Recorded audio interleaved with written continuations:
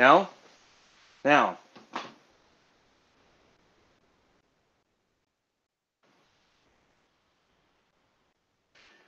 Now can you guys hear me? There we go. All right. I don't know what's wrong with that other set. I guess I'll have to shoot them. All right, we got everyone on. Now I can call some names out. That's just great. Okay, first off, I sent Walter the link. Hopefully Walter will jump on. I really didn't plan this live stream until last night. I was reading and I thought, gee, I need to do a live stream. So here we are. Sunday live stream. I think it will go. I think it's going to go really good. I got some good content. I'm going to step through it really slow. Echo the Bunnyman had a great idea, so I kind of went with it and put my little twist on it. So in a minute, I'm going to call everyone's name out. We have a giveaway, and you will not believe what you're going to have to do to win this giveaway. There's going to be some competition. Okay. Can you guys hear me? Dave No is saying he can't hear me. Can you guys hear me? No is saying he can't hear me. Can you guys hear me? Okay, I can hear it now. So all right. So we do have a giveaway, and I got a really neat way I'm going to do this. And the way we're going to do the giveaway from here out will be the way you're going to see it for this live stream. And we have the Dylan Monthly catalog. We have a Lyman sticker. We have Ransom International. My wife loves that sticker. Let's see. I'll just go through them. We have Starline. We have, oh, right here, Goat Guns. Awesome, Goat Guns.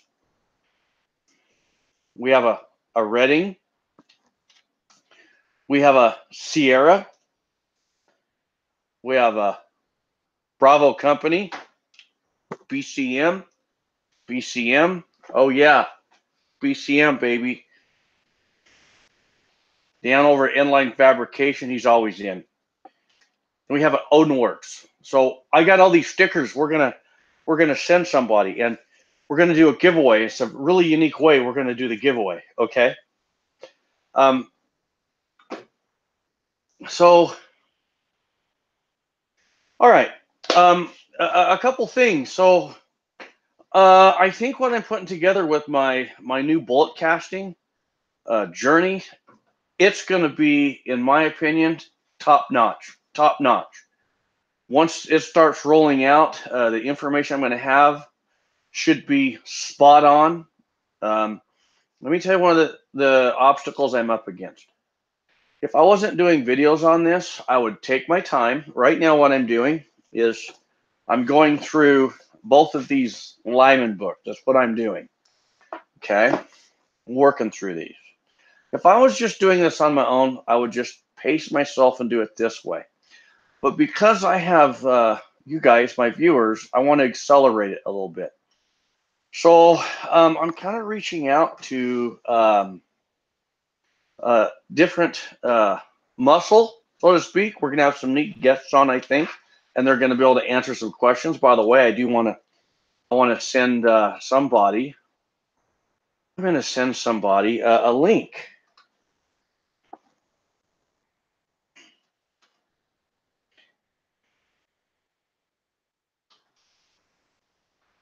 Hang on, guys. Bear with me. I'm going to send someone a link.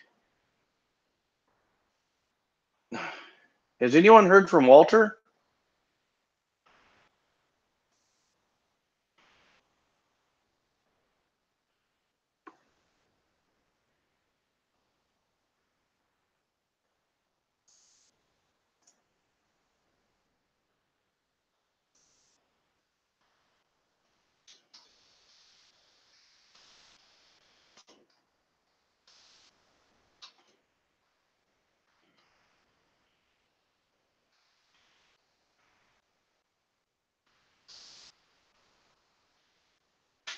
Okay.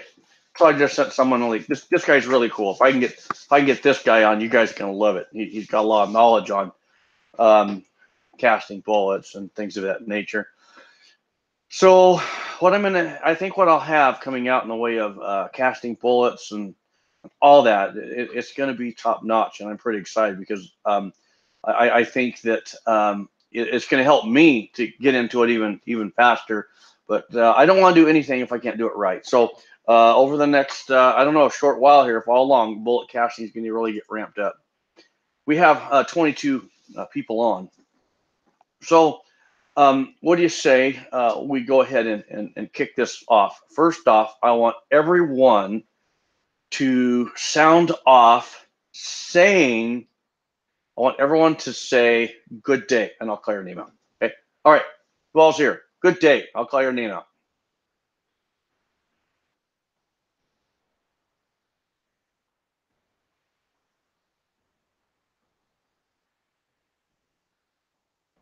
Okay, we got medium, speed some drag, Jeff Moore, Reloader 762, Dub the Kid, Ken Walrath, Floyd Hicks, Tim Pace, hey, Dave Stein. I think we got a new guy. Everyone's welcome Dave Stein. We got Ed P. Everyone welcome Ed P. New guy. One off. We got one off in. We got Signal Soldier 31, Slim Fire 54. Good day to you, brother. Michael Swarm, good day to you. Roy Batzel, guys. So there's 3 new guys. Ray Batzel's one of them. Welcome him.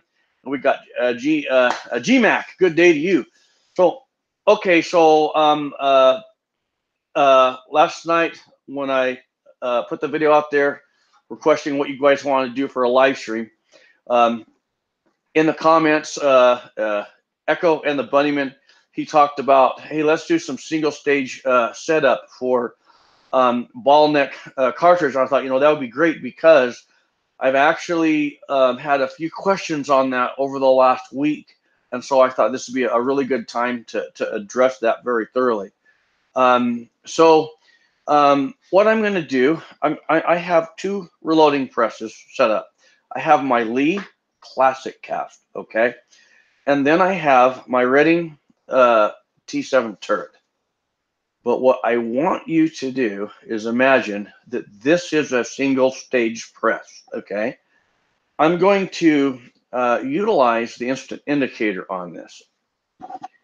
When guys ask about die setup, the one die that comes into play most often is the resize die. Guys get really lost on that. So I'm going to focus on that resize die, working off 2 single stage presses. And I'm going to talk about a little of the theory of a progressive press. And this is going to answer the questions to the viewer of why I prefer to resize and fully process all of my cases before. If I'm running a progressive, I get all of that done before I run those cases. In other words, if let's say I'm going to be loading my 223 Remington on either one of these, or whatever ball neck cartridge case you want to load, before those cases hit those, they're processed. Now we could say processed to the level of a new case. But if I'm wanting precision, I'm going to do a few things to a new case that's above and beyond. Okay? I won't resize it. Why won't I resize it? Well, I'm going to show you something.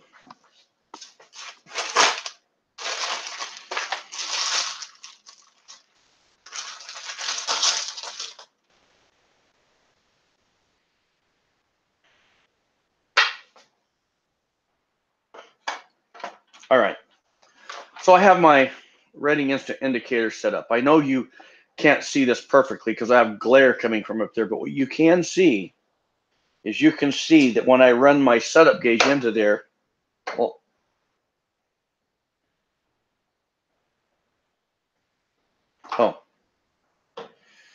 you can see that I have my needle zeroed. So I want you to keep your eye on that. Okay? There's my new case. A new case is going to be pretty doggone close to SAMI dimensions. But on a new case, as far as prepping your new case, especially for bottleneck cartridge case, this precision, you are definitely going to want to uniform your primer pocket. You are definitely going to want to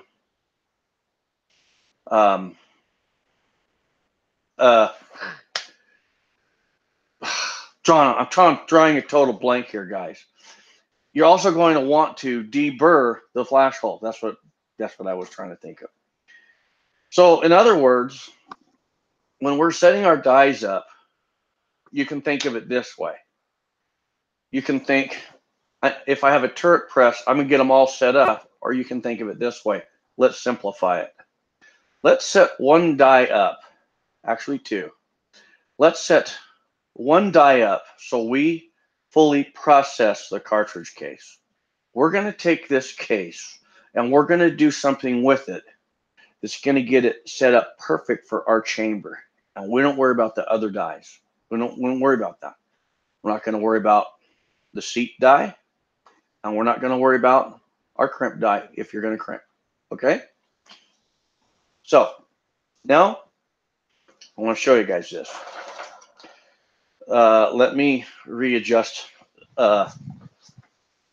something here so you can kind of see what I have going on the bench.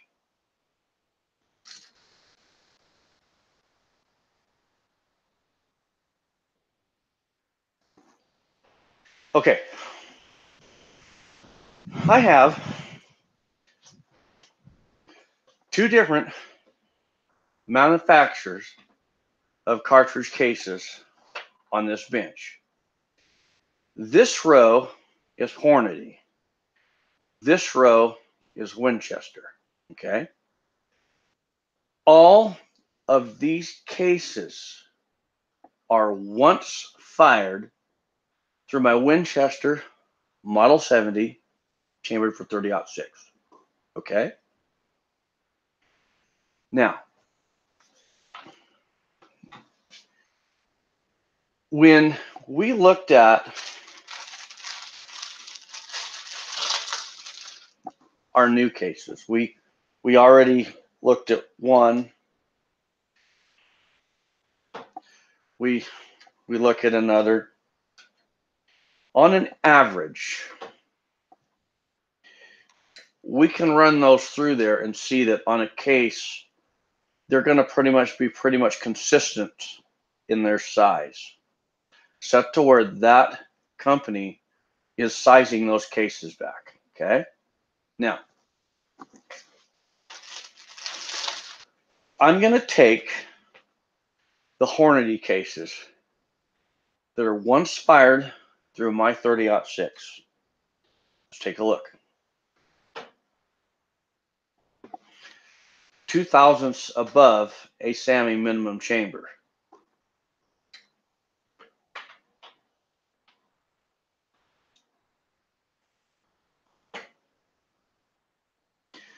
Five thousandths above a SAMI minimum chamber.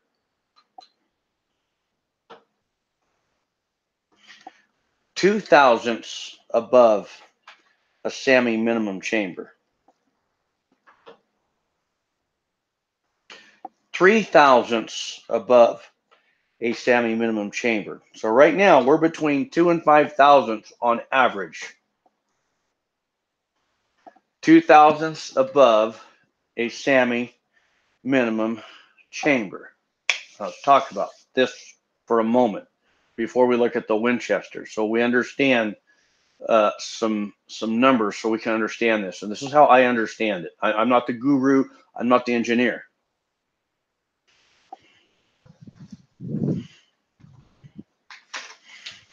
I have a rifle. Those cases came out of this rifle. We saw that the Hornady cases off my instant indicator are about 1 thousandths to 2 thousandths above a SAMI minimum chamber. Okay. we see that my fired cases aren't much larger than that. And we have a 3,000th spread between the 5 cases we looked at, anywhere from a +2 to +5. Well, one thing we could say, when you fire a case in your rifle and it obturates, the word obturation, grasp that. We could say the case increases in size, but that's really not correct. The correct is the case obturated. Think of a balloon. It grows in diameter to all outer diameter. See, if you say the case got bigger or the case grew, well, how? A tree grows straight up. If you say the tree grew, in our mind, we see straight up, oh, it gets a little bigger. But in our mind, this tree grows upward. Your case obturates. That is what happens with that case. So that case is expanding to all outer diameters. But what happens is it increases and sticks to that chamber for a brief moment. This is what seals your pressure, your pressures, so that our powder burn rate can do its job. They're the same every time. After your projectile has exited the muzzle, everything returns to atmospheric pressure, and that cartridge case, it retracts. It shrinks back down so you can eject it. So for a brief moment, the case obturates and it sticks to your case, and then it retracts. It relaxes. And after it relaxes, you eject it. If that case didn't relax, but it doesn't. It obturates, retracts, you eject, right? But not all those cases are the same. You guys just saw that. Those cases are in between 2 and 5,000ths deviation. Are you with me? So now this is your rifle, and you're saying, man, I'm all over the place. But we're only talking about a 3,000th. So this isn't bad. We just have to learn to deal with this. Okay? Now, let's take a look at the Winchester.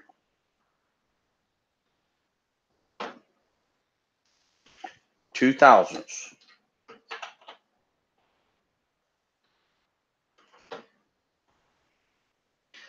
1,000ths.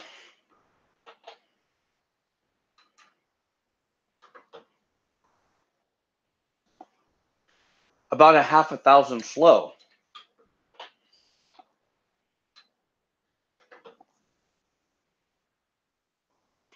Almost 3,000ths high.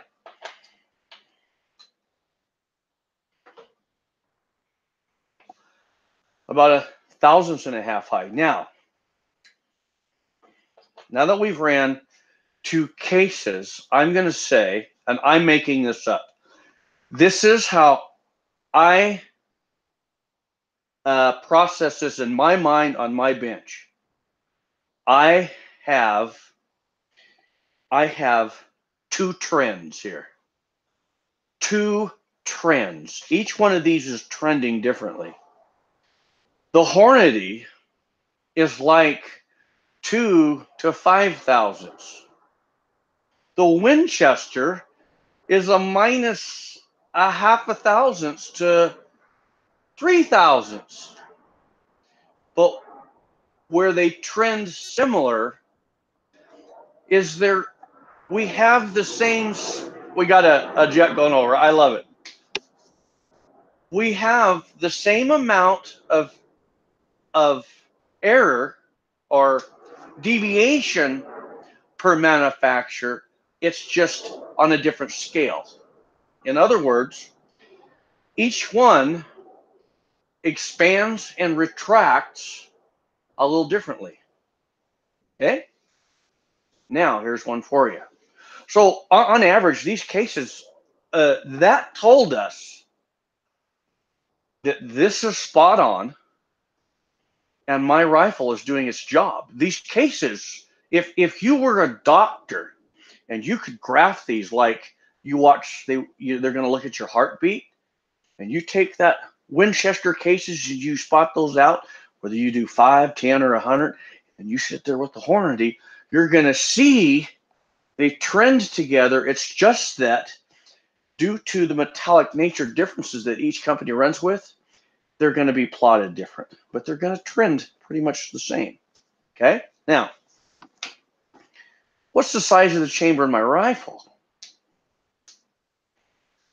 Well, the Hornady, it gave us the highest reading of plus 5,000s. That's what that was, plus 5,000s. Well, this is what I'll tell you. Let's say a rifle comes out to be plus 5,000. Let's just say. That case is going to always shrink back a couple thousandths on average. Now, when you take a case and you only neck size it, you don't full length size, every time you fire in that rifle, that case is going to be more matched to your chamber. So after several firings, whatever that case reads, that is more to the correct dimensions of your chamber. So what we can say is we don't really know the correct dimensions of our chamber, but you could probably add a couple thousandths on. So whatever you're running, if you're running instant indicator, you can add a couple thousandths. Like on my AR-15, this is somewhere about, say, 7 thousandths above a semi-min. I could say my chamber's around 8 thousandths. But it doesn't really matter. We don't need to know that number necessarily. I suppose some guys do, but I don't. So, so now, what do we do with these? Not everybody's going to have that instant indicator. So now I want the viewers to pretend this is a single stage press. We're going to take the turret out of the equation. All right. And now I'm going to start all over with my dice. And what I'm going to do is I'm going to use my case gauge. I got stuff all over. There's stuff everywhere. We got our Dillon. I have an Ellie Wilson. I was just had it in my hand, and now I don't have it. That's okay. We don't need the Ellie Wilson over the. Oh well, that's okay. So all right, I have 2 presses now. Here's a question. Somebody comes up to you and they say, "What's the difference between the Lee and another brand of single stage press?" And you would say, "Well, the Lee is red. Pick your color." Sounds great. The guy loves red. But what if some guy said, "Now wait, I have 2 Camaros. What's the difference between those 2 Camaros?" You're going to say, "Well, now wait. Let's go open the hoods." So now, what's the difference between the Redding and the Lee? Okay. The Redding acquires cam over, mechanical cam over. The Lee doesn't. And actually, the Lee is a very innovative way to go if you think about it, and I'm going to show you this, okay? So this is what I'm going to do. We have these cases that are once fired, and we're going to size them back, okay? So what I'm going to do, and you know what, I haven't decapped these. We're not going to decap those. I think you guys know how to decap. And actually, we'll decap as we go. The reason I said we're not going to decap is I use the Mighty Armory. That's what I prefer. But I'm not going to sit here and set it up and go through these, okay? We'll decap as we go. So on your Lee, get your shell holder in there and start running your die down. Some of you will really appreciate your Lee for this. Okay, there. Don't worry about the lock ring right yet. Don't worry about that. Just touch the shell holder. Now, I'm going to take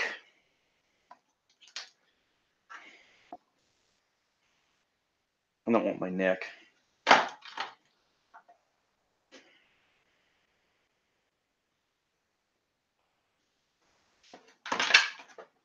There we go. I'm going to take my redding. I'm going to do the same thing. So far, each one, we're doing the same thing.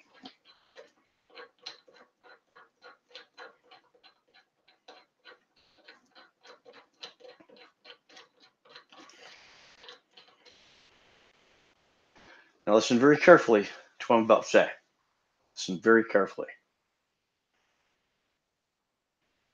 If we're going to size, I said, a 2 to 3 thousandths spread on these isn't much. We're not talking about much. But we want to bring it in as close as we can get it. You with me? So if I take my redding press that acquires cam over, if I begin adjusting that die down to where I'm bumping back in increments of 1/1000ths, if I take a case, now listen to me, follow me, I take this case and I set that die up to bump it back 2/1000ths, and we verify it, and I lock that die down, we got a problem. We saw this between these 5 cases, we had a 3.5. Maybe you can have a 5/1000ths differentiation. That means you could set this die up and you could begin sizing all these cases, and all of a sudden you got cases that won't chamber. Why? You set that die up for the case that stood the tallest. You had cases that were shorter, or vice versa. Either way, it worked for or against you. Okay? So add this into your equation. Now that you understand that if you were to set this die up for the tallest case in the bunch, that's going to bite you. But now you still have play in your linkage. Through all your linkage, you say, well, I have a 1/1000ths error here. I have a 1/1000ths error here. You just added 2 more 1/1000ths error into your cases. So this tells you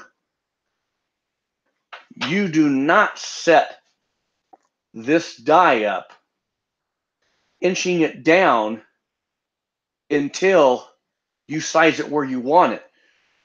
You're going to set this die up until you have cam over, because it's the cam over that removed the slack in that linkage. And that is what's biting guys. I get guys all the time and they're fighting this.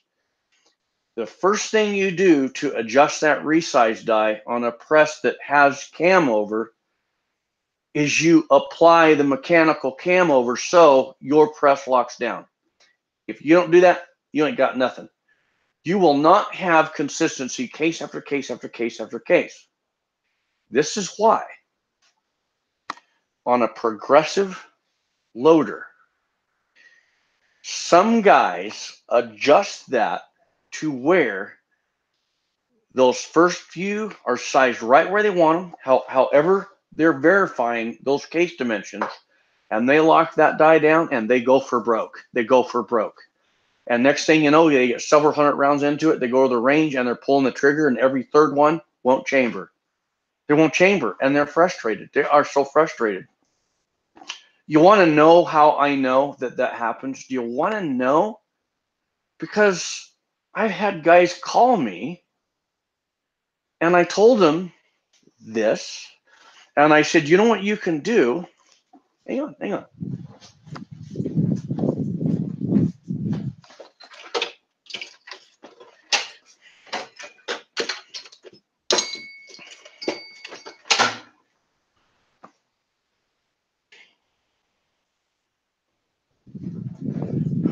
This is what I tell guys.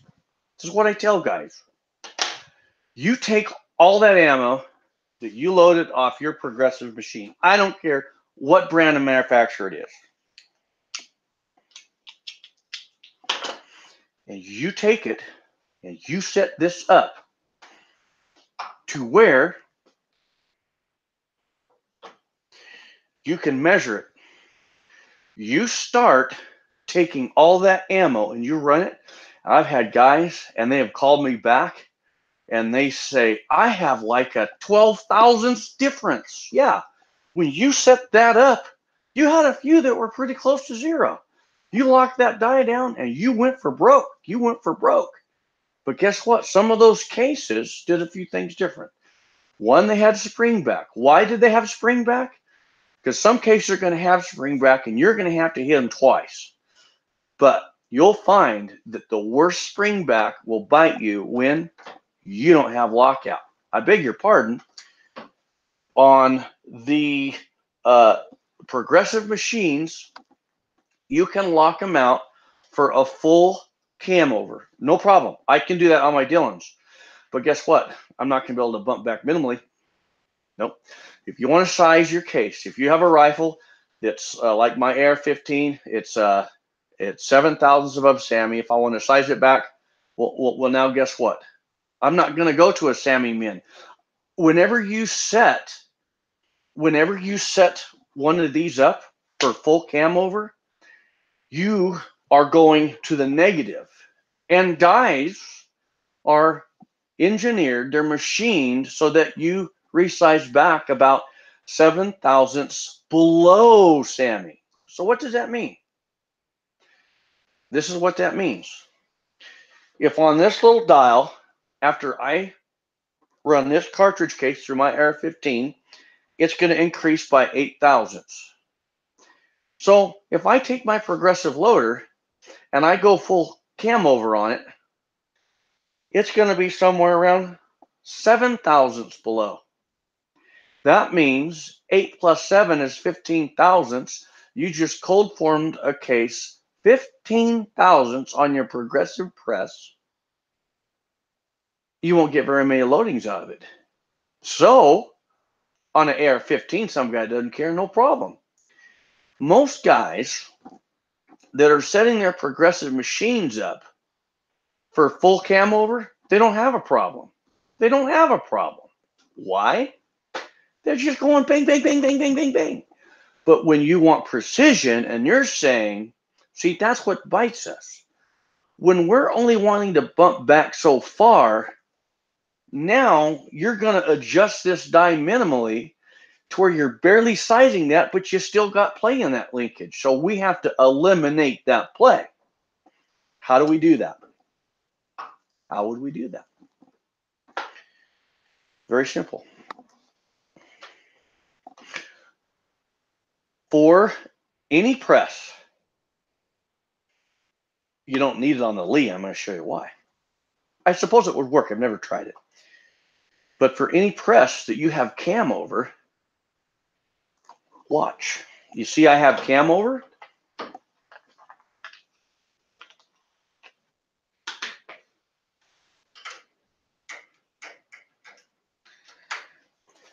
I still have cam over. But the competition shell holders increments in steps of 2 thousandths. So you put the plus 10 in, it doesn't size it back as far. It gives it more room. And then if you want to size it back a little further, then you put the plus 8. A little further, the plus 6. But you still have cam over. With the Reading competition shell holders, you get rid of your slack. You can't do that with a progressive. I wished I could. I wished I could tell you guys I could, but you can't.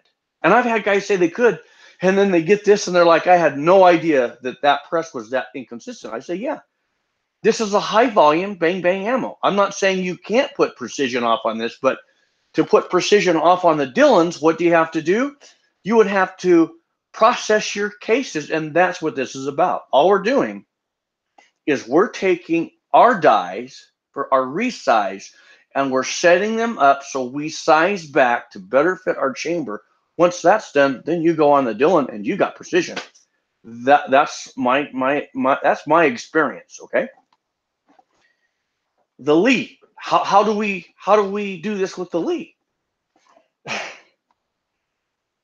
When guys knock Lee, if you got your two Camaros, you say, what's the difference between the Camaro? Some guy says, well, that one's junk. Well, why? So then everyone says, well, that one's junk because some guy said it was junk. They don't know. They don't know. So some guy hates Lee. He says, well, that's junk. Oh, is it really? I will show you something. This is the most brilliant thing that you could ever imagine for a single stage press. Before I show you this, now let me show you this. This is going to be almost impossible for me to do, but you're going to understand it, and you can do this with your bottleneck cartridge cases. I don't care what it is. Ot 6, 223, 243, you call it, whatever. You're going to take the case that you fired out of your rifle.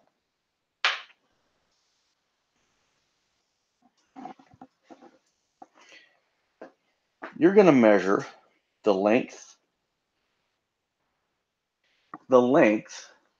of your case gauge. You're going to write it down.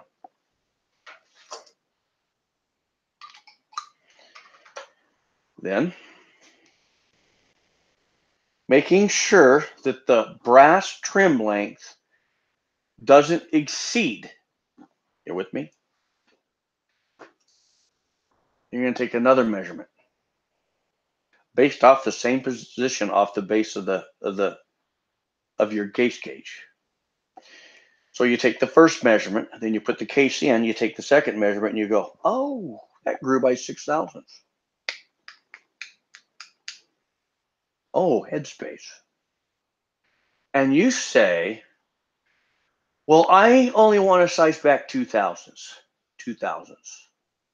Perfect. So how's Lee work? Perfect. I'd better lube a case before I stick it. Let me lube a few of these cases. Another thing, remember, your lube is not going to function the same way when your garage is cold in December as in August. So get lubed. Just so you're not dimpling the shoulder, okay? Okay, get lubed. Now, on this Lee, everyone should go buy a Lee. I don't care. I don't care if it's this one. The Lee Breech Lock Challenger works the same as what I'm going to show you here. Works the same. And that Breech Lock Challenger is pretty inexpensive. And just so all the viewers know, all the viewers, get this straight. On my AR-15 223 Remington Reload Series, all the rounds that I loaded off this press and this press were once fired range cases. I fully processed my cases, fully. And then I went through that series. And when I purchased my Hornady factory ammo, and I went over to the 100-yard indoor range, the ammo that came off of these, right on its tail. If I'd have been using brand new factory cases, these would have kept up. Oh, now, so the guy that says that Lee is not good, that is wrong. Now watch.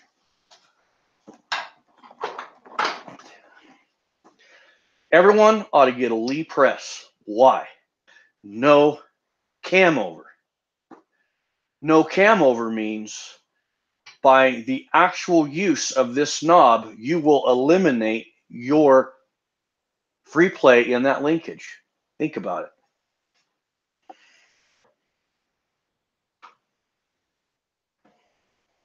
No cam over.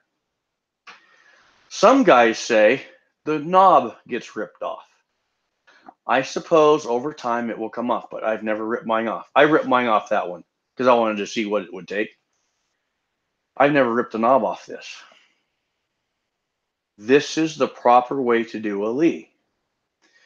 When you're sizing with your Lee, you always use the same force on the handle. And if you need to bump back more, you simply make your adjustment here. You don't push harder here. So this would tell us that on this die, for you to size back where you want, this is what you would do. Making sure your cases are lubed. You'd make your you would take your initial measurement of your case gauge. You understand. You have a max step and a min step on the bottom. Same with the top. We're not going to talk about what those do. Just know that for the before and after measurements, your jaws are going to have to contact the same. Just play with it. You'll get it. Just pay attention. So you're going to take your measurement and your after measurement, and you're going to say, oh, holy smokes, that grew by 6 thousandths or 4 thousandths or 7 thousandths, and you want a 2 thousandths bump. Great. Get it lubed up. Come over here, decap. Do you see how the harder I push? And then you're going to come over here. You're going to say, oh, wow, that's there. Just for a 2 thousandths bump, okay? Now, a 2 thousandths bump is going to be very, very hard to control. The further you bump it back, the more easier it is to be consistent. I'm just saying.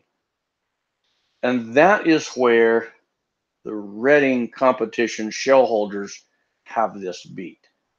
The reason I don't use the Redding competition shell holders on the Lee is you really don't have feel. But that's okay. If you use the competition shell holders on the Lee, just go max and they will size back every time to how you want. So you could use the competition shell holder on the Lee, okay?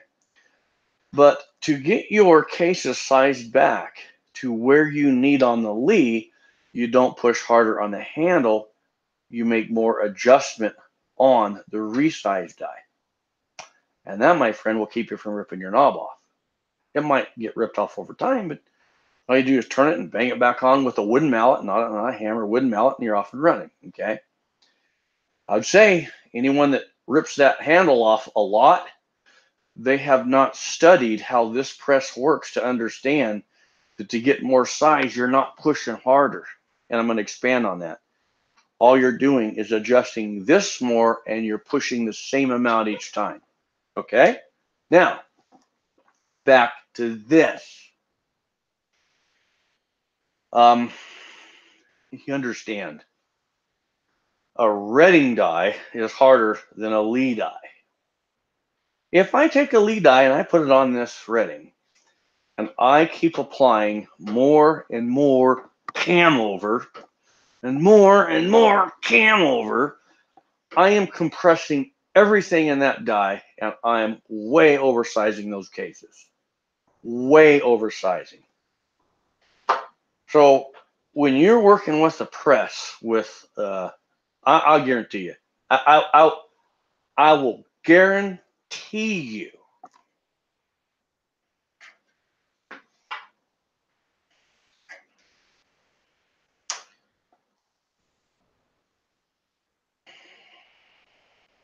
let's see where this die's at, or this case.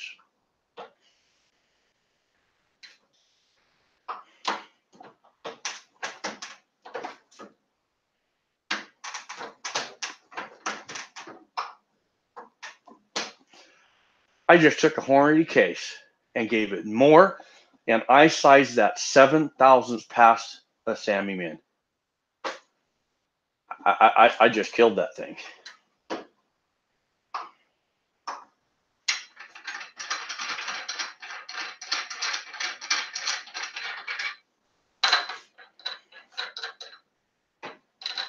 Lee, Take a Lee die. Softer die. It's still hard, but in comparison to the Redding, better put a little more lube because I'm really running the heck out of this case.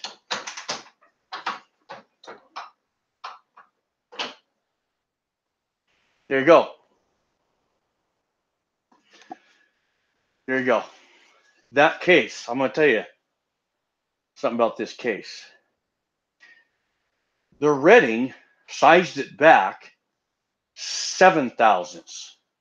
Our Lee, it's sitting at 6 thousandths. That is your variation difference between two dies. Thousandths is pretty close. But if that Lee was 1 thousandths or 2 thousandths more, well, hang on.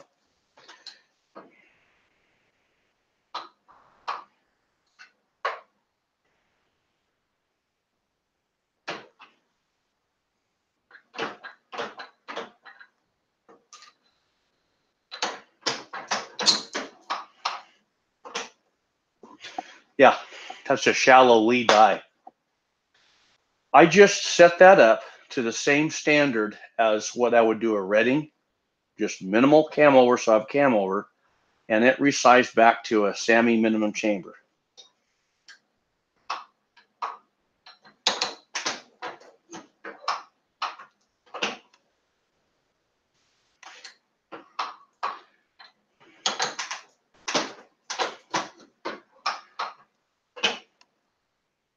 That case ain't working with me. Okay, so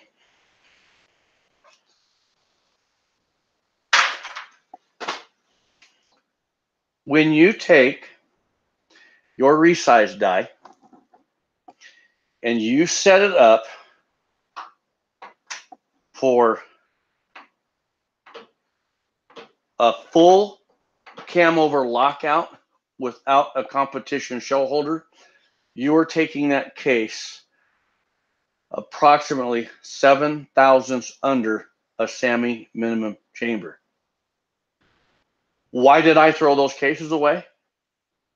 One, I have gobs of Op 6. But that case, I could use it to foul my barrel if I wanted, but I don't want that back in the mix. You know why? I sized it. Okay, think about this. I sized that case back 7 thousandths past a SAMI min.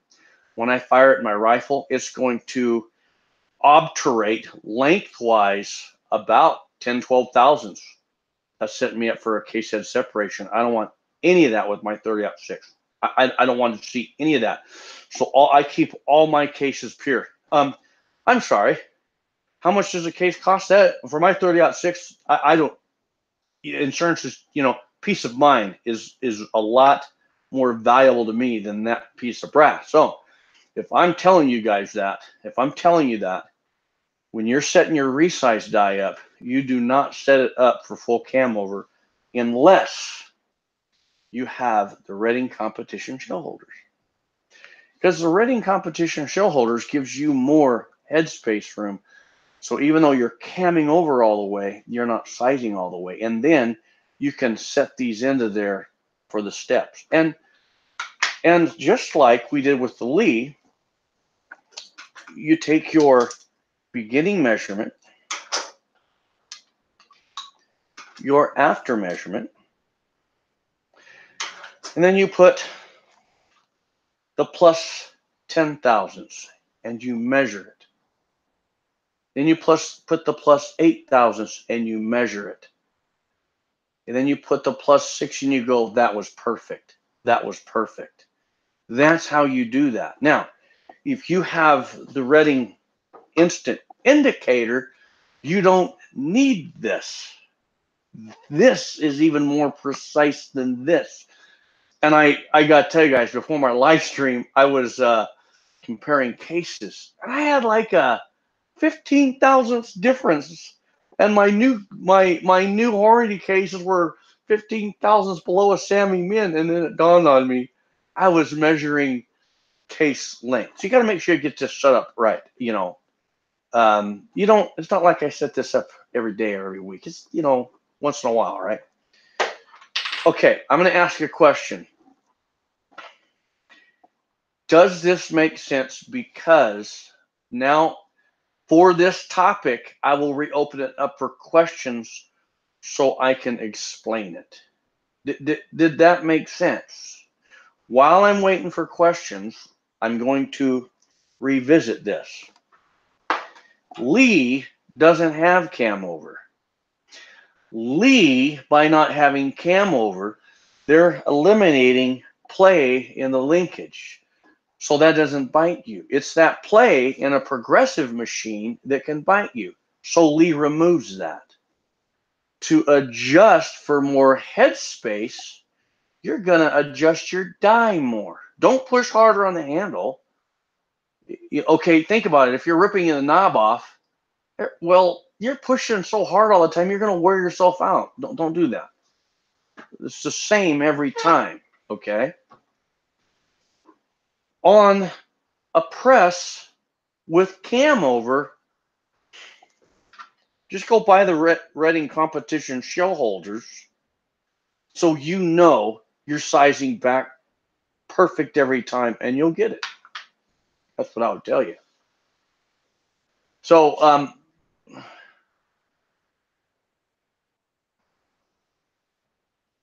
okay, Signal Soldier, that's a great one. He says, not dumb questions. I have to fix 2 cases before, so better to ask than mess up, get it right the first time. That's right. I am not taking away from the fact that a progressive machine is not a great way to go for loading. I'm not. But what I am saying is I can take a single stage press and I can actually bump back more consistently to better fit my chamber.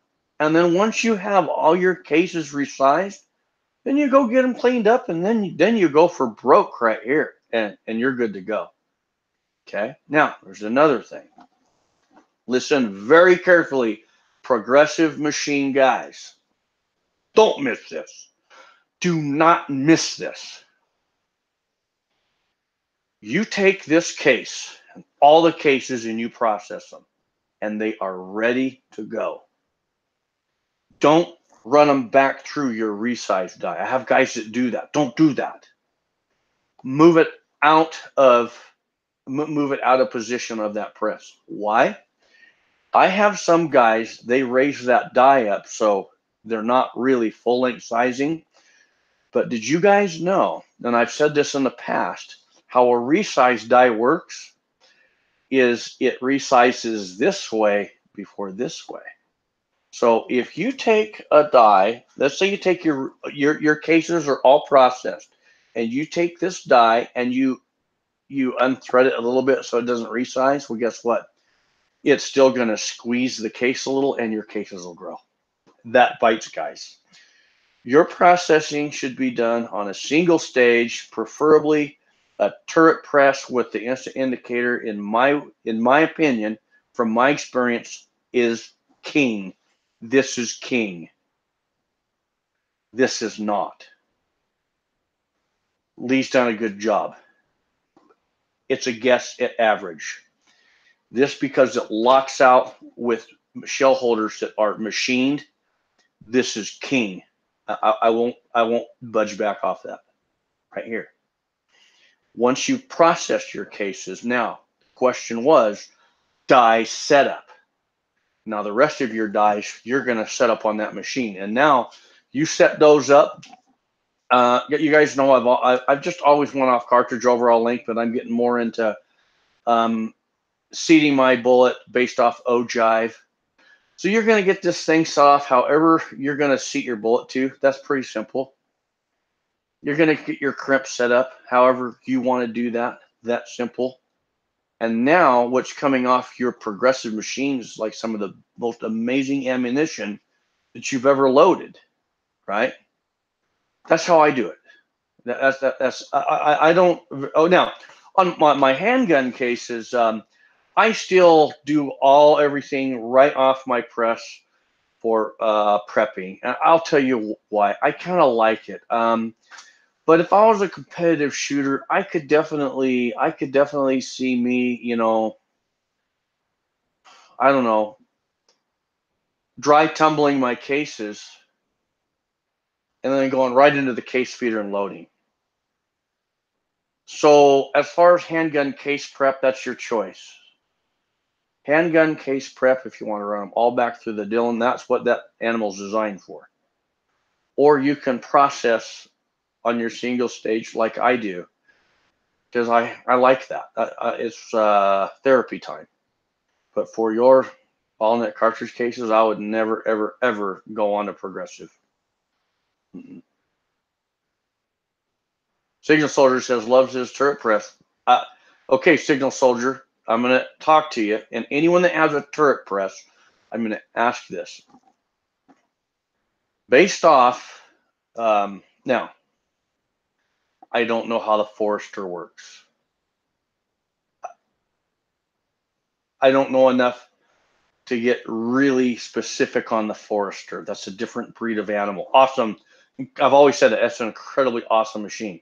But as far as the turret press versus a typical single stage, and this particular setup here on this instant indicator in Signal Soldier, would you say this is king? Is that fair to say? See what he says. And to anyone that has this setup, would you say versus all the other equipment in your shop for processing ball-net cases, do you agree this is king? It's the best you can get. And while I'm waiting for those to come on those answers, the reason I'm going to say I don't know about the Forester is on the Forester, what I like about the Forester, well, the fact that compound leverage is incredible. It's an arm wrestling monster. It takes a big job and makes it easy. That the Forester does.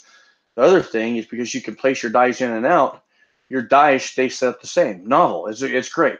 But what I don't know is if you can interchange a instant indicator into that. If you can't bring the instant indicator into that, then that changes the playing field, and this would make that king. But I don't know how the Forester works, so I'm just loosely throwing that out there.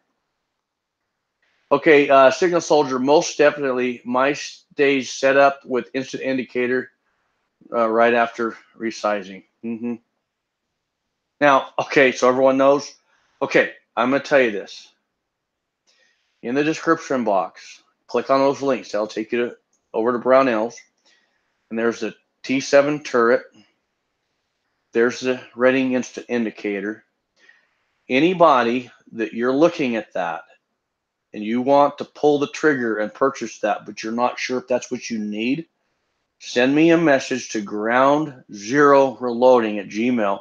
I'll get with you on the phone. I'll get on Brownells with you and tell me what caliber you're loading, and I'll direct you to it. So you get into shipping what you need. Because some guys, they get on there and they don't know which one to order. I'll help you. Okay, it's no problem. Now, this doesn't detract from the fact that you can't do a really good job with just a conventional press and the Lee. It's just do this. I told you the ammo on my beginner reloading 223 off of the Lee was keeping up with the Hornady. So obviously this does a pretty doggone good job. I can't say it doesn't. But at the point where you run out of precision on this, then I would be going this way. That's how you know when you're ready for this, when you just can't get any more precision, then this is a primo setup. Okay, Signal Soldier says, except I use a Lyman All-American 8 press. You know what? Perfect. I think that's perfect. The thing with the turret press, regardless of whether it's a Reading or a Lyman or whoever makes it, is it puts the resize die and the instant indicator on the same plane, and you can literally, so this is what you can do, okay? Making sure we got lube on these. I see where I got this set up. Okay, I don't want to.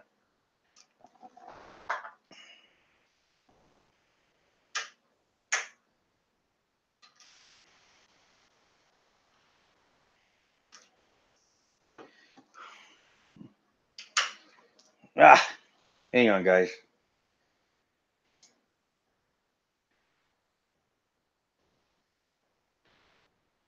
Well,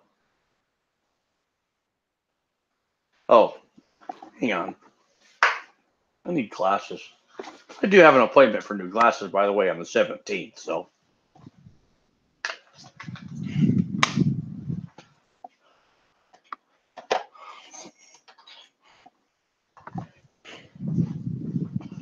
now I got the right ones.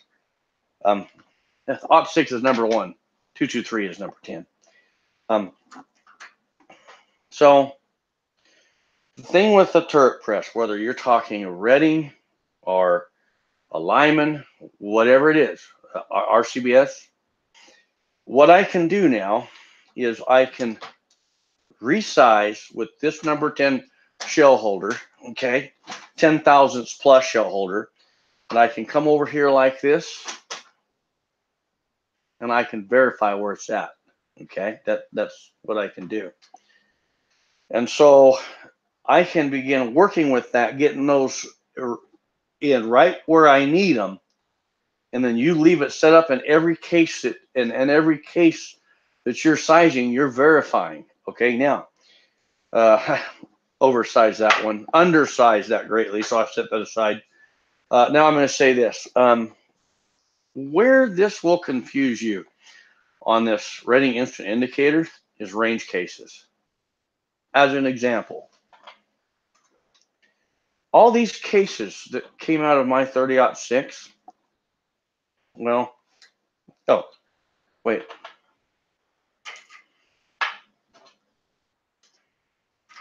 I'm such a doofus. Okay. It's perfect.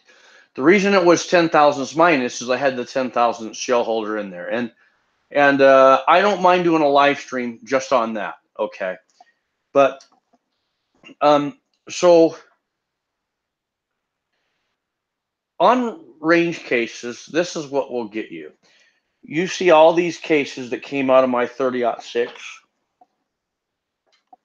They are all uniform. You could have, like we say, 2 to 5 thousandths deviation. Maybe one case is a stringer. It's size different than the bunch. Okay. And I'm going to lead on to something in that in a minute. But the problem with once fired range cases is you'll get some range cases that are 25 and 30 thousandths over a Sammy Min, but yet they will fit in a case gauge. But how those cases, those go through my AR-15 anyway. I don't really care. And what I found with those, though, is after a couple firings through my rifle, then they start showing what's true. I start getting the consistency, okay? What that tells us is when we're using different head stamps, they've been shot through different rifles. Some rifles are running loose. Some are more of a military design rifle, looser chambers. So you're seeing that variation, but once you're shooting them through your rifle more, then that brass will be more conformed to your chamber, and then you'll see that average pull in closer. So if you're working with range cases for the first 2 or 3 firings, don't put any confidence in this, because another thing, when we're measuring based off the datum line, we're thinking height of the case, but don't forget shoulders can be at different angles. So it appears to be taller in this, but overall it's going to fit in your chamber. Remember, angle of shoulder has a lot to do with how everything fits. And I'm just learning this. This is what I'm learning. So, okay, okay. Roy is saying, will you tell me again about minimum cam over set up again? You got it. That's just what this is for. That doesn't bother me. Doesn't bother me. Okay. Do you want it? Okay, minimum cam over.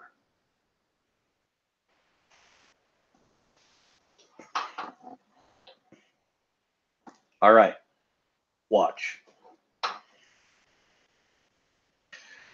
This is my setup gauge for my Reading instant indicator. The datum line of the shoulder of this setup gauge is set pretty doggone close to a SAMI minimum chamber. Okay? Now watch.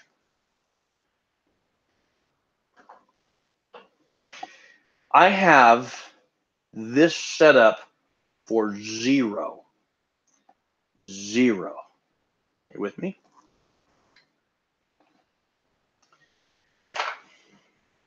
Now watch.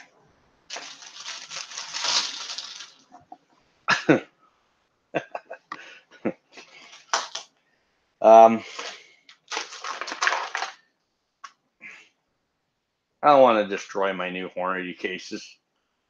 I'm going to kill a case. And I'm going to explain why I'm going to chuck it. Okay.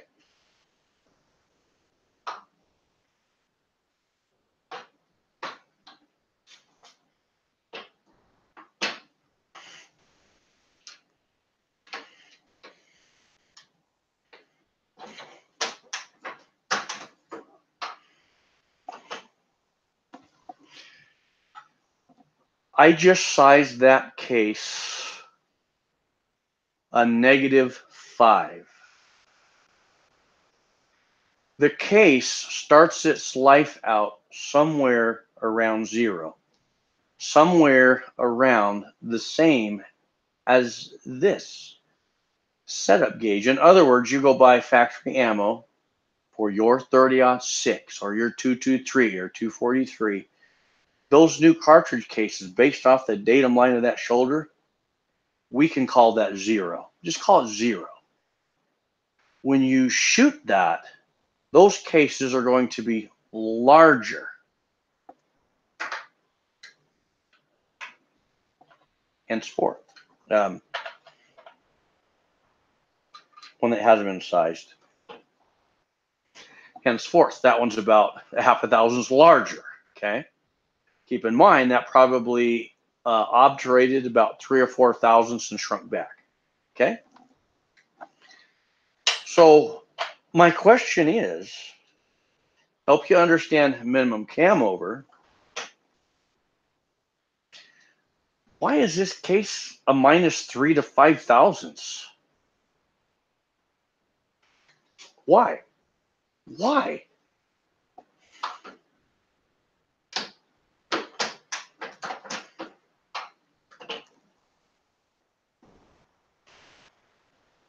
A die manufacturer, Reading as an example, their dies are set to where upon full cam over, you are automatically going to resize about -7 thousandths. So we have 0. And at full cam over, you're killing your case. It's shrinking so small. You greatly like sponged it down, man. Well, why? Why would any manufacturer die 7 thousandths past? Well, it's simple. Spring back.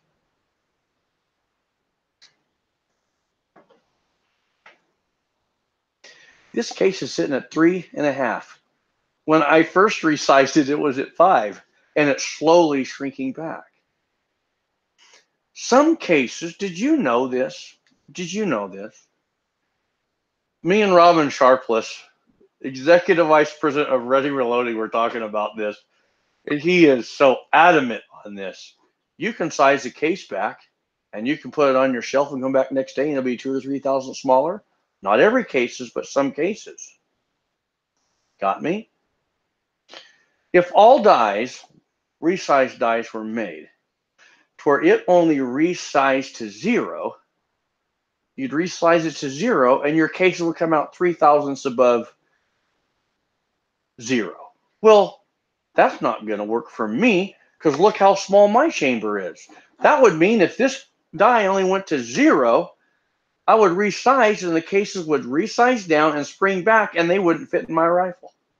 So what the die manufacturers do is they size these back to where you can size back a -7 thousandths, and it will spring back. Spring back. As an example, if you take a Reading competition shell holder and you are getting it sized back to where you're bumping back 2,000ths, you're not bumping to 2,000ths back.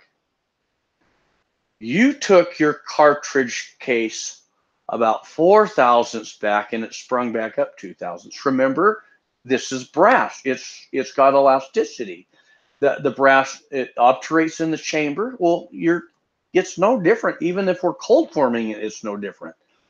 So if you have a cartridge case that is, and I'm getting to this cam over, I'm getting there. You got to understand all of it. If you have a cartridge case that's 7,000ths above a Sammy Min, and you say, all right, for my bolt action rifle, I only want to bump back 2,000ths. When you get the right shell holder and you size it and you measure it and it went back 2,000ths, you really sized it back 4 and it sprung back up. Are you with me? So why then, now that we have all that information, why is it that full cam over off of a standard, that's your key word, your standard shell holder? Because you're taking your case back to minus 7,000ths and you did not want to do that.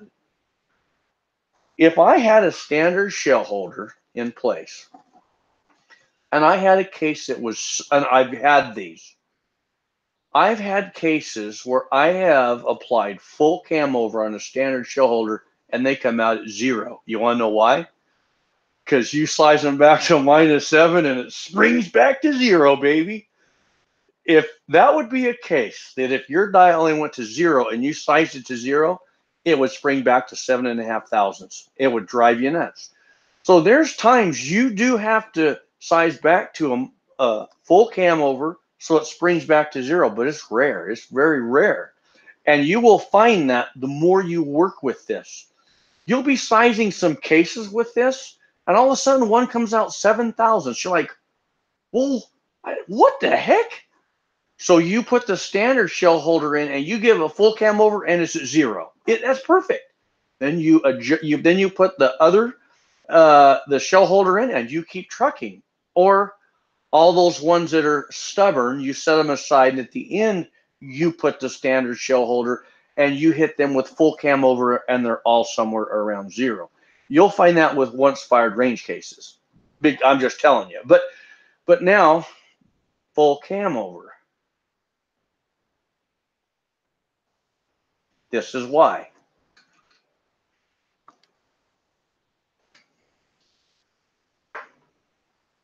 Let's just ruin another Hornady. What do you say? For you guys, it's worth it. This case is 2,000ths above a Sammy Min. That is not going to work in my rifle. Okay, understand something. That will work in my rifle, except not for hunting. If you ask Robin Sharpless, Reading Reloading this, he will say no. That's a no-no. Because when you pull your first shot, if you wound that animal, you got to follow up with another shot. Like when I went moose hunting 2 seasons ago, I placed my first shot.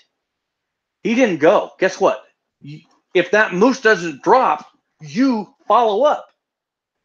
But if it's too tight, you go to follow, it's not gonna chamber, and you're down, and your moose is gone. If my moose would have went, he would have went 15 feet down in the creek going into the nighttime. So we need dependability. This won't work. For your bolt action rifle, you want to bump back 2,000ths for auto loading 4. That's right out of your Sierra loadout manual, right? Now, just a little rabbit trail. This will work. I can get it chambered.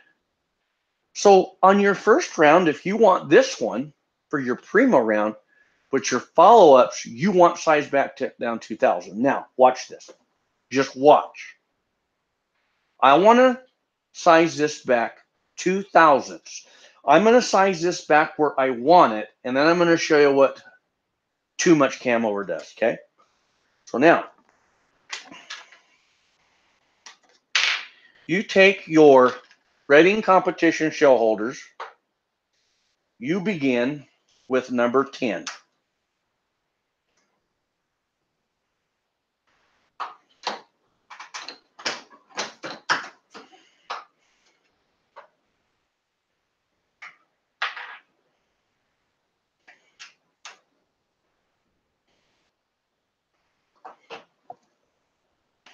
It didn't move. Didn't move. That's okay.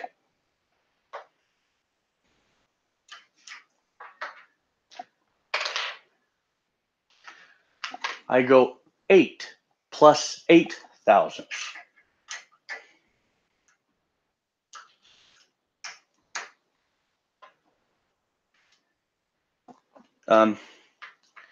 When you're sizing multiple times, keep it lubed.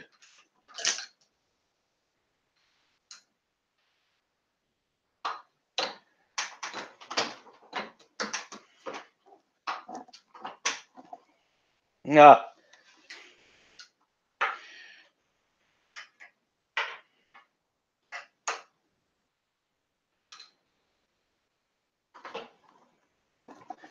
Bingo. My plus 8 sized it back 2 thousandths. 2 thousandths. But now I have the standard shell holder. The shell holder that you buy for all your dies. It's the shell holder that you're going to seat with. It's the shell holder that you're going to crimp with. It's the shell holder that you universal decap with. And now you're going to go ahead and you're going to size full length cam over.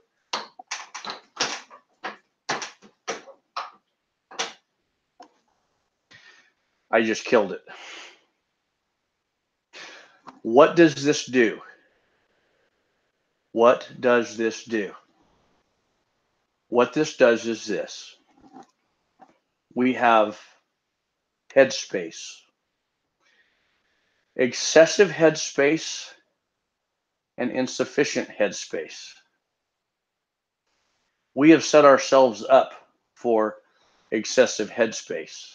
What we did is we took this sponge and we squeezed it down so far it stayed small.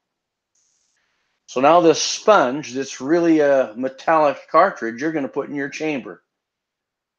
And it's got a lot of room to move. And when you pull the trigger, it's got so much expansion that that's where you're entering separation of the case, which doesn't happen for repeated cycles unless you are running too close to that upper end, which I normally don't do. I shoot for accuracy. Wherever my pressures come out, they come out. But this does give us one little problem.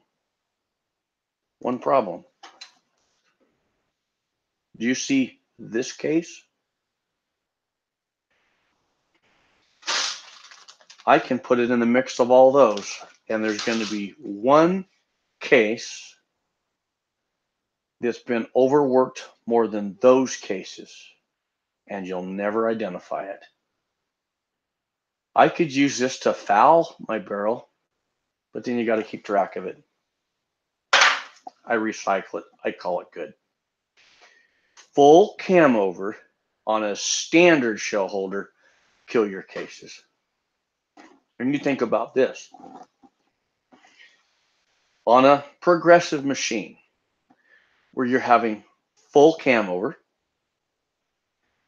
or a single stage press, or a turret press where you have full cam over. So some guy's going hunting. He has full cam over. He squeezed it down like a sponge. And he went hunting. Before he went hunting, he never got good shot groups. Why? Because it wasn't fit to his chamber. It was basically, think of it like rolling around the chamber. Nothing ever lined up. He should have minimally sized. Now, you can minimally size bumping back 2 thousandths. I, for myself,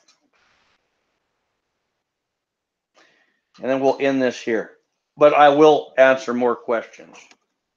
Okay, that one's about 4 thousandths above. So I'm going to put the 8 thousandths in, And with this 8/1000ths, this should come out at 0. And I'm going to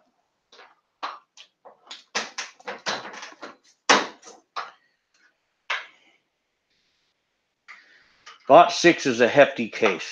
It's a hefty case.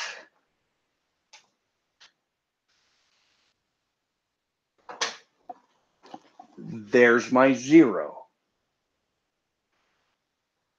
I can put that number 8 in there, and I can size all of those. Same head stamp, same rifle, and they'll all come in so doggone close. And then when you get done, you can verify each one right here. Right here. Okay? Now, I said you want to minimally bump. I want you to think about this. Why do I bump back to a SAMI minimum chamber? Well, it's very simple. That's where all new cartridge cases, all new ammo starts its life out at. So if you go to the local gun shop and you buy a box of .6, anyone that's shooting an .6 in your party can use that ammo, provided they re-zero their rifle to that ammo. So when I size back to this and I go up moose hunting, both of my brother-in-laws carry a 30-06. A lot of my friends have a 30-06. So if something happens, they lose or forget their ammo, I have ammo. I'm not going shooting long range for my moose. My moose, I get a lot closer than that. So the trade-off for me is, okay, when you size back to a SAMI min like this, you're not going to get as many firings out of the case, but I don't shoot these a lot anyway. It's my hunting round. So for me, I can size back to a SAMI min and anyone can shoot this. Anyone. It's just like factory. But the goal to this is if you want to better fit your chamber, you can minimally resize. And when you get into case concentricity, cartridge concentricity, and you are seeing the bullet based off ogive, now you're bringing precision together, and that's why this is king. Okay, did I answer your question?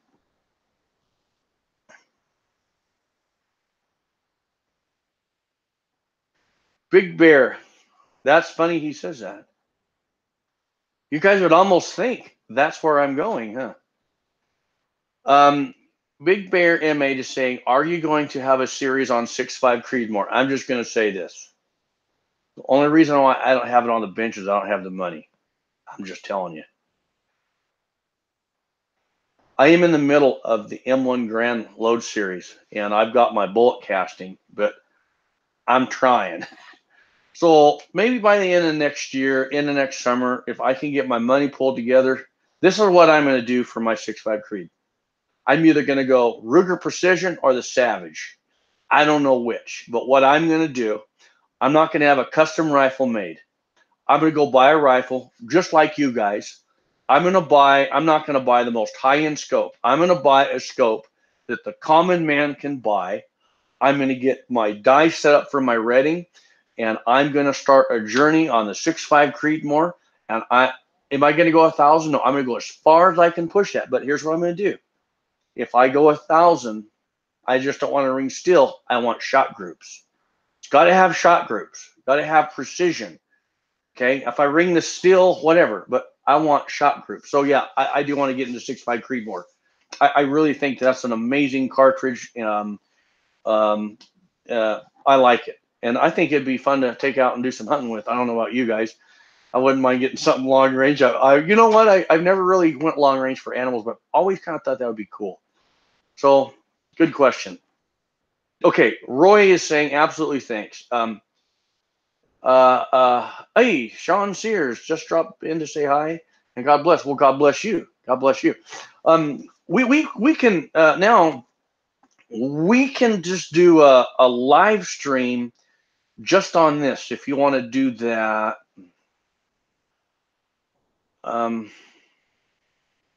You guys want to do a live stream on the setup of this?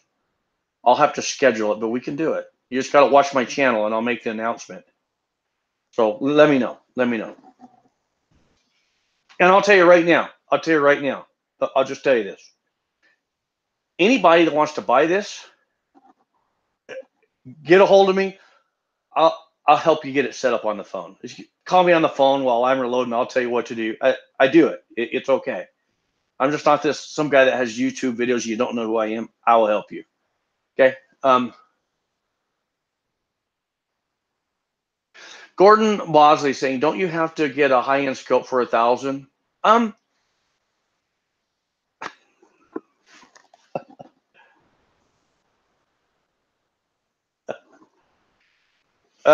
Greg Morrow, this is 1,000-yard rifle.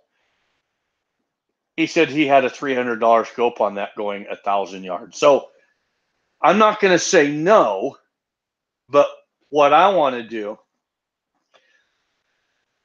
I want to find a scope that will do the job that guys can afford. How's that? I don't know what that price is going to be.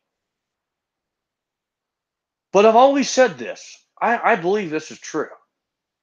If you want to buy the wrong scope, ask your buddy which one to buy. So always point for the most expensive one. But it's not about what it costs. It's about what the scope is capable of. So I don't know what scope that's going to be. But when I get ready to choose that scope, I'm not going to go for high-end dollar stuff. I want what the average guy can afford and what's going to do the job. That doesn't mean down the road I might not get a better scope, but that answers your question. Look at Nick L on. How you doing, buddy?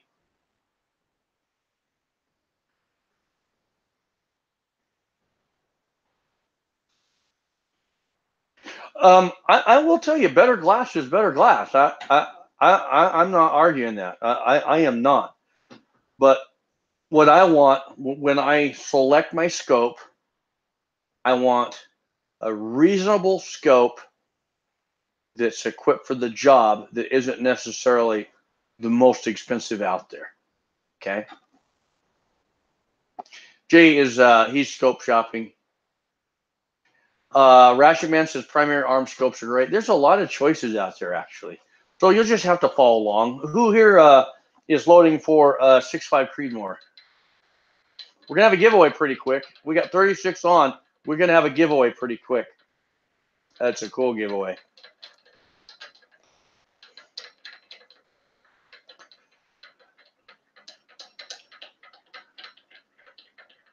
Signal Soldier, Vortex, Strike Eagle, or Viper PST 4-18 or 24.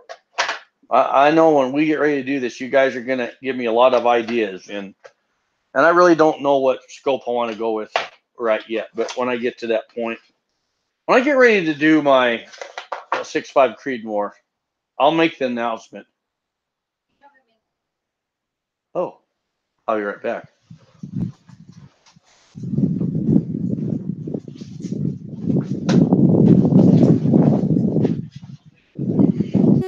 I'm sorry, but I don't know. Did you realize this all like this on the page? Yeah. Okay. Yeah. Because you were gonna hide it, I thought. Oh no, I just gotta find it. Oh, I haven't figured out how to hide it yet. okay. Oh, you got my phone? Yeah, I'll bring it to you. Okay, guys. So Miss Highboy, she's she getting ready for the giveaway. We've got it all planned out, and it's going to be a cool way to do the giveaway. Before we end this, is there any last questions? I know sometimes it's really hard to present this without making people's eyes roll back, but that is why I do these a lot, because the more you do it, the easier it gets. Okay, so Gordon Bosley says, I want to upgrade to a 6.5 Creedmoor. I want to get good at 223. Well, okay, you guys know I got my reloading channel. I've been reloading a long time, but I'm still kind of getting into the long range thing. And I'm working with my wife's 223 as I have time. And I think as I get familiar, then I'll get into the 6.5 Creedmoor. But I will tell you guys, I'm going to be working with the Hornady bullet. I'm going to be working with Burger bullets. I'm going to be comparing those to Sierra. You guys know I run a ton of Sierra on my channel, but it's because, one, it's a great bullet, but the other thing is because I can take their load data and I can take their load manual and help the viewer to learn it.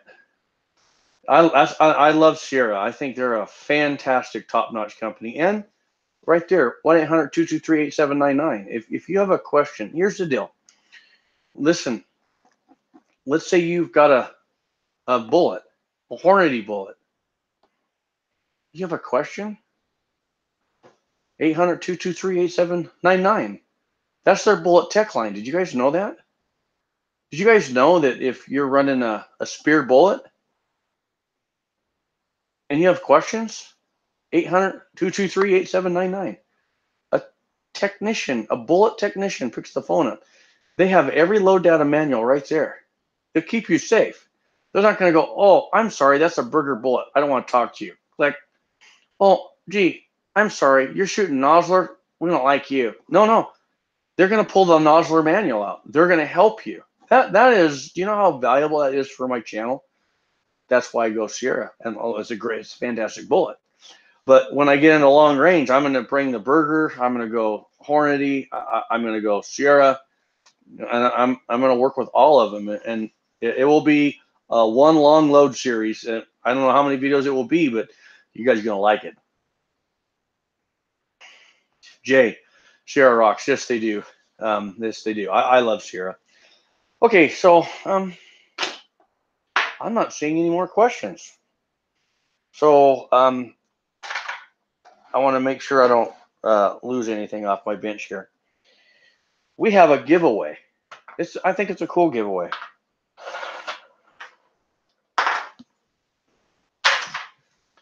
All right. Let me move this. I love this Lee. I do. I think it's a great press.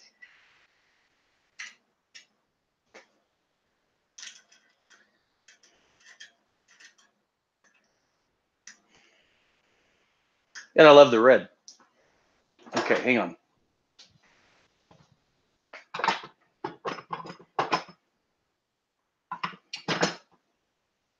All right. So I have a little bit of a giveaway. And this is going to be a very interesting way to do this giveaway. And this is how we're going to do it. I've been putting this together for a long time. And after we do the giveaway, I'm going to take you guys on a grand tour of my website because I'm building it. I'm pretty proud of it. So I've been doing a lot of the work myself. And let me push this back. All right. I'm going to tell you what I got for the giveaway. A bunch of stickers and a cat. Hang on.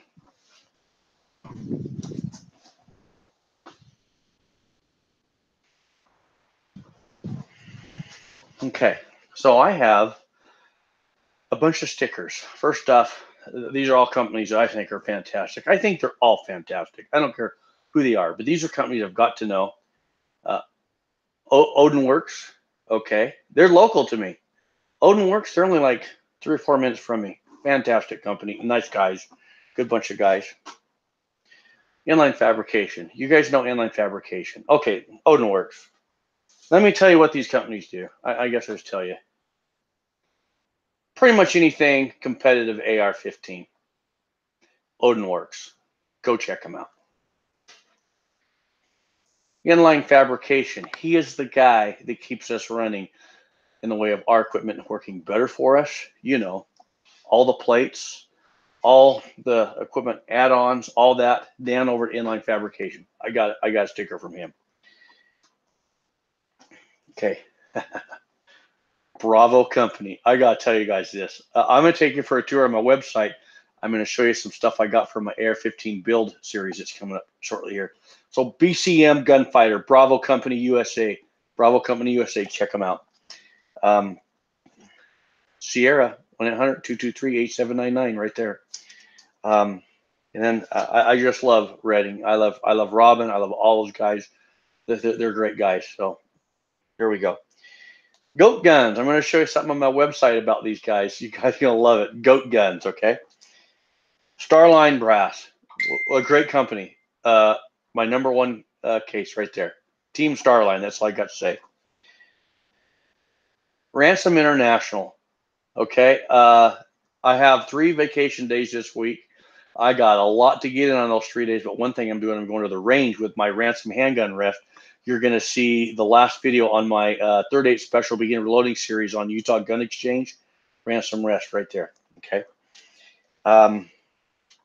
Team Lyman, there you go. Oh my gosh, the Brass Smith press line. Check them out. Okay, awesome company. Also, I've got their Mag 25 furnace. I have that. Looking at more of their product, so follow along. And then right there, the Blue Press, the monthly. Once a month, when I receive this, I'm going to send it to someone. Okay, so who's in for some stickers and a catalog? I'm just curious who wants to jump in on this. I realize it's not like a gun, okay, but it's something. It's something, right? It makes it fun, and I do like a little bit of competition. So, all right. Uh-oh. You know, and I hope I don't lose no one here.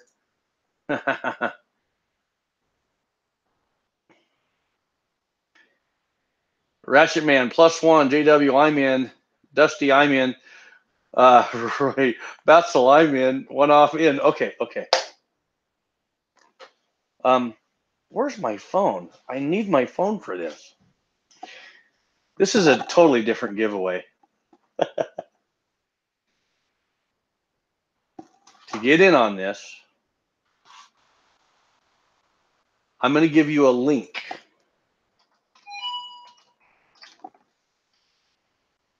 I'm going to place the link in the description box. You guys have to find something. Now, before I put the link, in a minute, I'm going to show you a picture on my phone. The first person that tells me what or where that picture's at will win. But you don't know what the picture is. You can go look. You don't know what the picture is. You just don't know. So now I'm going to give you a link, and you guys got to get your engines ready.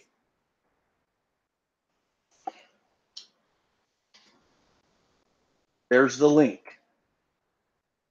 Go to the website, because in a minute I'm going to show you the picture. And the first person that can tell me where the picture's at, they win. And we'll see it right there in the comments. There's no cheating. Oh, you guys better hurry, because I'm pulling the picture up. Once I show the picture, he or she who tells me where that picture's at will win. Okay, this is how it's going to work.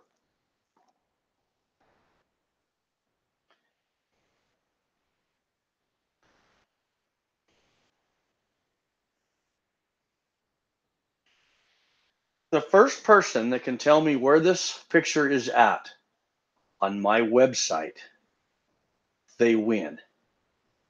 I have a feeling if we do a good job on this, maybe as each week passes, maybe more companies will say, hey, well, we'd love to put more stuff in. And it gets better and it gets better. And who wins? You guys win. You guys win, right? So I have a picture. The only place you can find this picture is on my website. You guys are already looking. I know you guys are already looking on my website, but you don't know what the picture is. Okay? I'm going to tell you what this picture is. You know, my wife and I sent Walter some stickers. And in that box of stickers, she sent him a pretty sticker. And he put it right next to his press. So the first person that can go to my website and tell me what tab to click on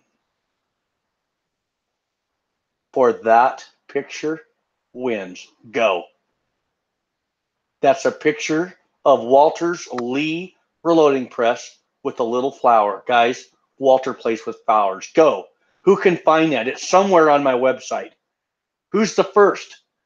You got to tell me what tab. What tab? You got to have the name of the tab. The name of the tab.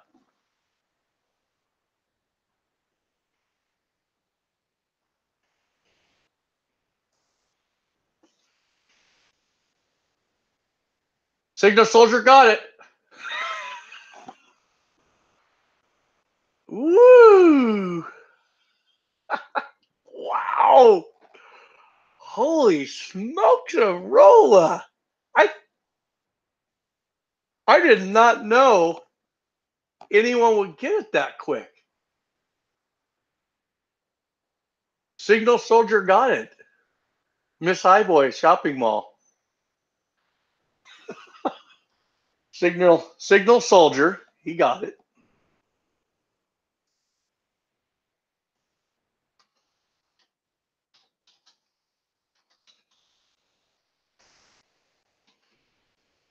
Now, I'm going to take you guys for a tour on my website, so stay tuned. Okay. Send me your shipping address, your name, shipping address, and I need your phone number. I need your phone number. Send it to my email right there, Signal Soldier.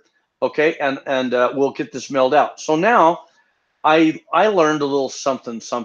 I learned how to show. Hang on. I learned how to take you guys on little tours. So now I want you guys to sit back. I want to show you my website. I'm going to show how you guys can help me. Okay, help my wife and I. Oh, maybe I don't know how to do this. Oh gosh, this is going to kill me. Hey, Roy, have a good one. It's good to chat with you, buddy. Okay, hang on. I'm just going to try this. Let's just see. Ah, I don't know why it does that.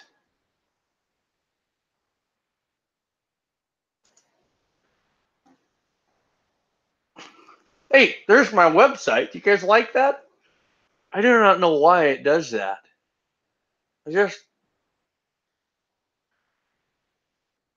Man, why wouldn't you think you know how to run a live stream? You don't.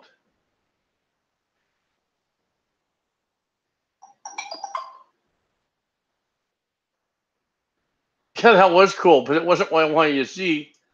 Who knows how to do screen share? Bear with me. I'm gonna try this. I don't know what I'm doing.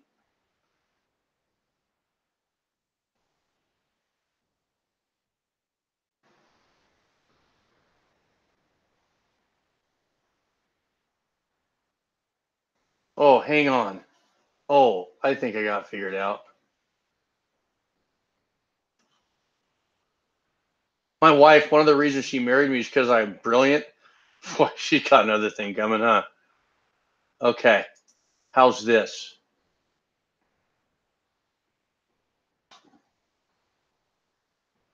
Okay, can you guys, I'm going to pull my comments up. Can you guys see that okay? Someone in the comments let me know.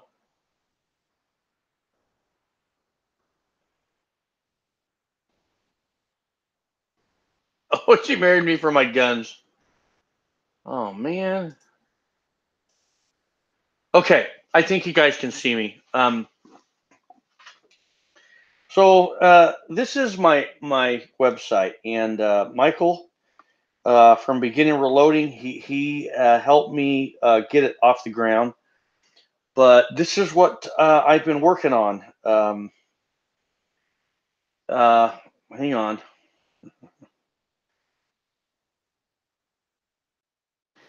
Okay, bear with me, guys. Yeah, okay. I'm using my cell phone to watch the comments because I can't see them.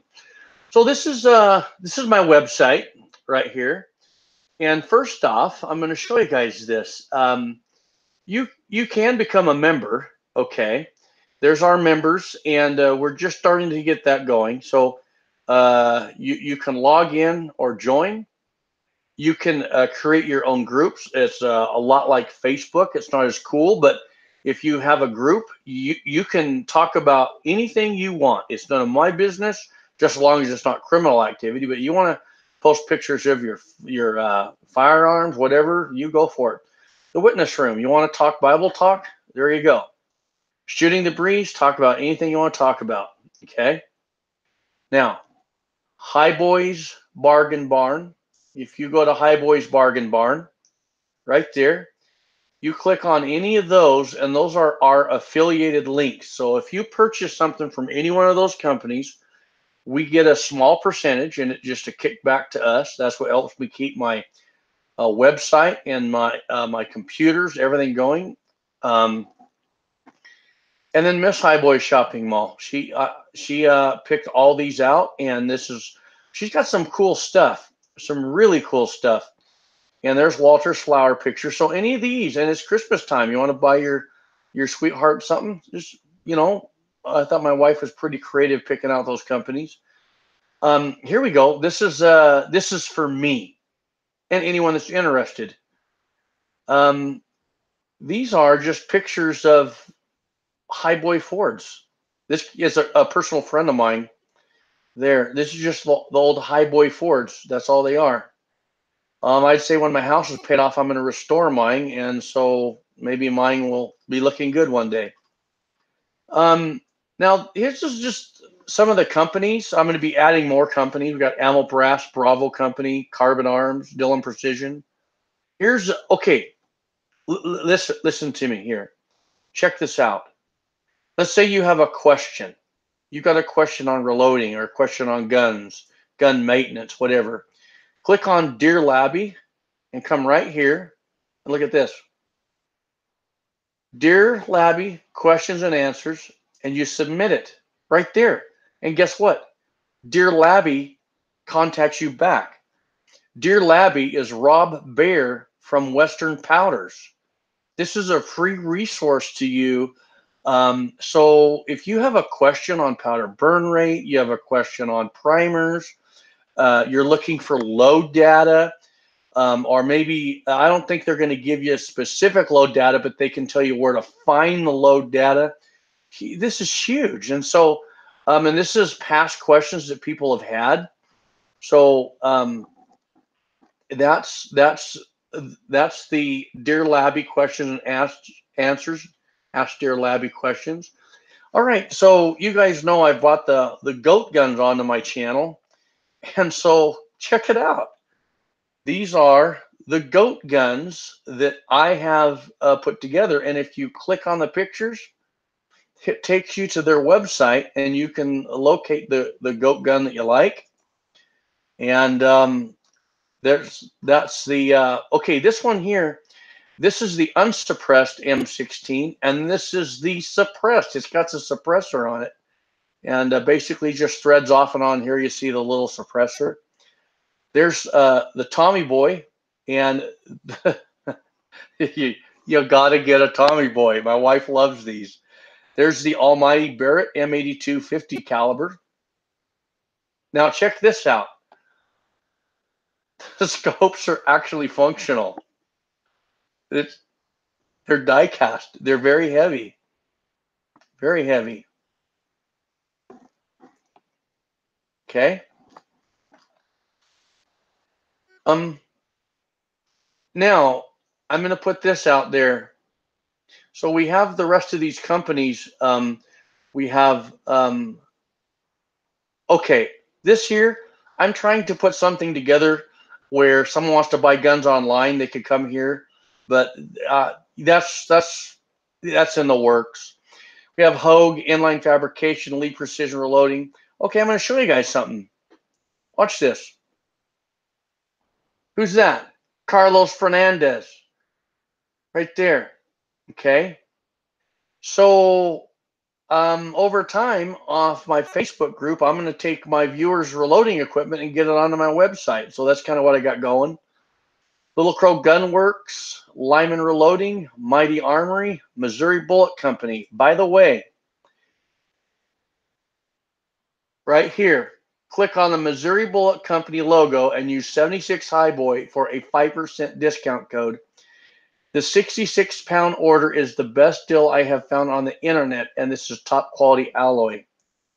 It's equivalent to the Lyman number 2. When you get to 66 pound, okay, check this out. You click on it, it takes you straight there. Click on bullet casting alloy. When you buy the 66 pounds, you get it down to $2.18 a pound. Greg Morrow, he was on one of our live streams, and when I said that, he stuttered. He stuttered. When people say you can't find lead anymore, yes, you can. Okay, and right here, it's a modern equivalent of Lyman number 2. All right. So now going a little further, Montana Extreme, NOE Bullet Molds, Ransom International, Redding Reloading Equipment, Rich Discovery, Starline Brass, Tyler Gun Works, Warren Scope Mounts. I've got a Warren Scope mount. I'm going to be having a scope mounting live stream coming probably in January, so follow along. Now, this is what I want to talk about to anybody that has their own channel, whether it's on YouTube or Utah Gun Exchange, or it could be a Gun Streamer, BitChute. For the authors, we have the Reloaders Network, American Reloader, Idaho Rogers, USMC, JH586, Ransom International, Starline Brass. As an example, Starline Brass, did you know that they have their own YouTube channel? So you click on that. Guess where it takes you? Starline Brass. And by the way, they have some of the best informational videos you will find. And the information you get, it's the real deal, and it's incorrectness, okay? So what this is if you have your own YouTube channel, if you send me a message to groundzeroreloading@gmail.com, I'll get you on there. So my website is a place where you can find the companies, but also where you can find your authors, okay? That's what this was about. Check out Ransom. He's got a YouTube. Here we go. We'll go there. Mike over at Ransom International. He's really awesome. Okay, so you click the pick, takes you there. And I'm not much of a web guy, but our inner website guy, but I've put all this together. So whatever you want to go check out American Reloader, click on it. And the nice thing is, so for like American Reloader, he has his own tab. So like this takes you to his, let's see, he's YouTube. But if he's also on BitChute or Gunstreamer, then I can continue to add all of his sites. So it's a place where you can come find the companies, but all your authors and the different locations of the authors. It's just a place for you to find them. That's what it is. So that is that's what I wanted to pretty much show you guys. So now I'm back. I'm back. I've been doing all this, every bit of it, and my wife has been so patient. It's been a lot in the works. What do you guys think? I'm curious what you think of the website. I've been building it kind of blindly, but I think it's coming together. I think it's got a lot of resource. Do you think the website brings good value? I do want to ask that. Thanks, Signal Soldier.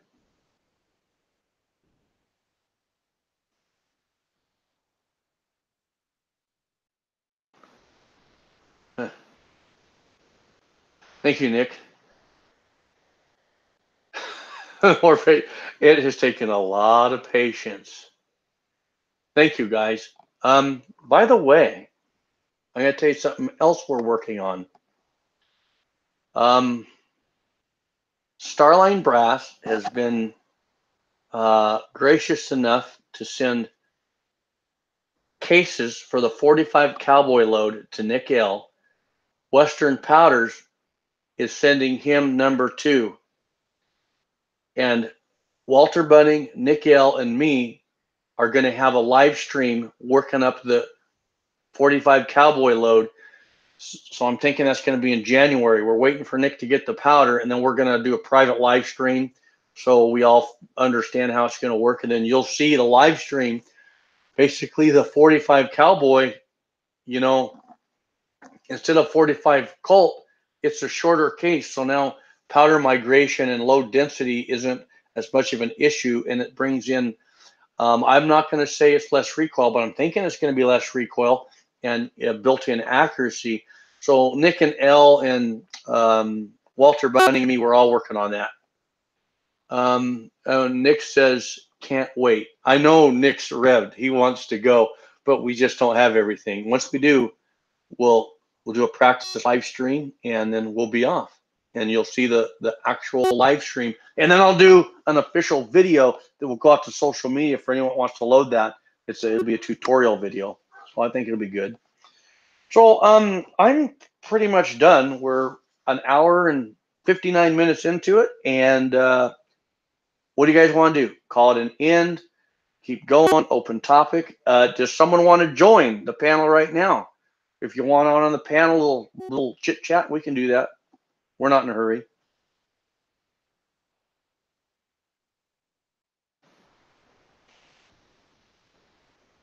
Hey, by the way, you guys like my shirt? Kill a commie for your mommy. You like that? You gotta love it. This shirt, let me give you the link.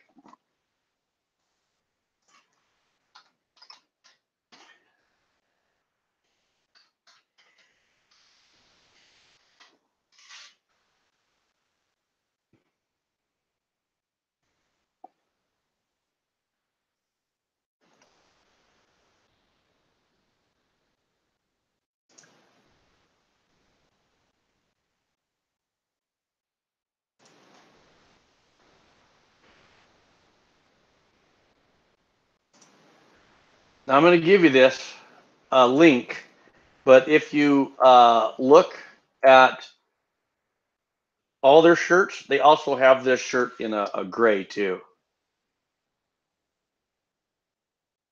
Oh, Jay says keep going. Jay's trying to wrap gifts, and listen, he is wrapping all of us guns and ammo for Christmas. Jay, you are so nice. We all want to thank you for that.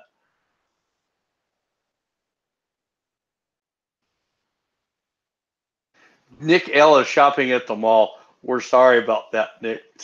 Sorry, but hey, thanks for taking one for the team. Get us our stuff while you're there. Okay, I gotta grab some stuff. Hang on.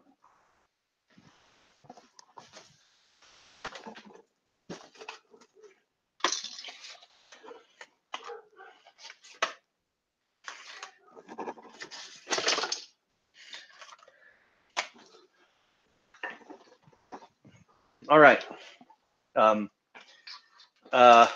So you guys know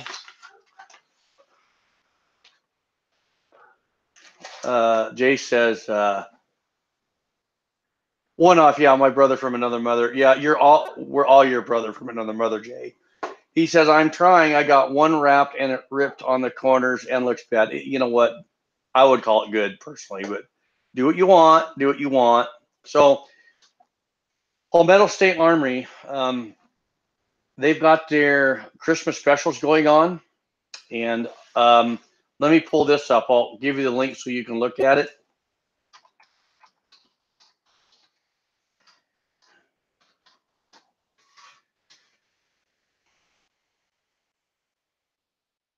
Hang on.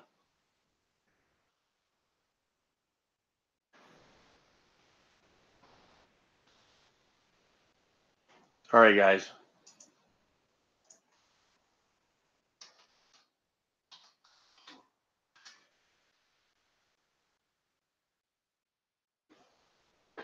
killing me. My internet's killing me.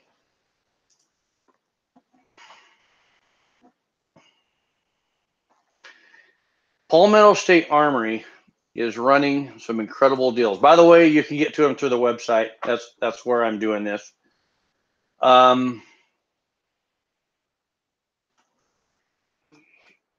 Here is the link, and I normally don't like to get on email lists, but this is a good one. If Stanley Hammer, thanks for information today, but I got to run now. Okay, buddy. Okay, buddy.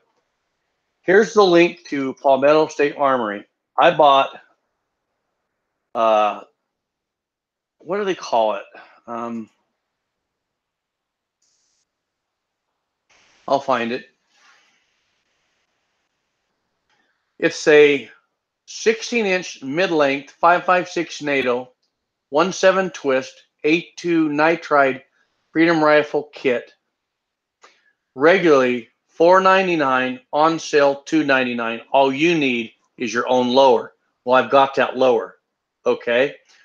So for $2.99, you're basically getting almost all the AR-15, and you get to assemble it. The upper is complete. But here's the deal. On my build, I'm going to go with a BCM stock.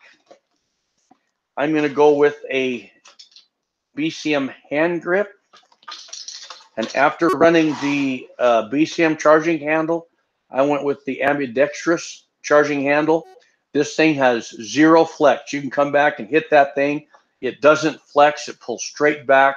I love it. It's the best one I've ever used. So I was that rifle kit. This by Palmetto State Armory. It should be here any day, I'm thinking. And then I'm going to have a build series with that on Utah Gun Exchange. So make sure you go over to Utah Gun Exchange and check that out. Okay. Here we go. All right. Open questions. That's all I had. Hey, Walter, I sent you a link on Facebook. Hop on here. Hop on, buddy. Hop on.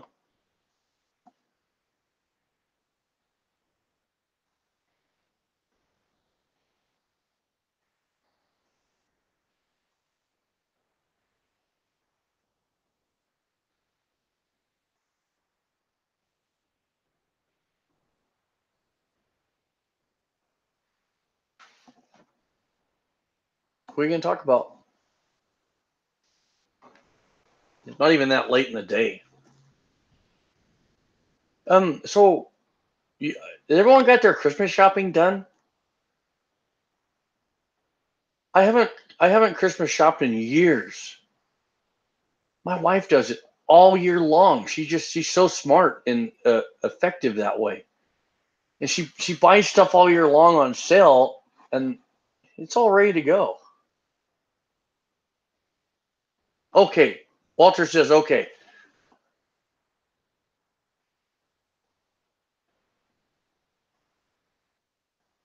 Oh, okay. Let me grab a chair. I'm going to grab a chair. Walter's coming in.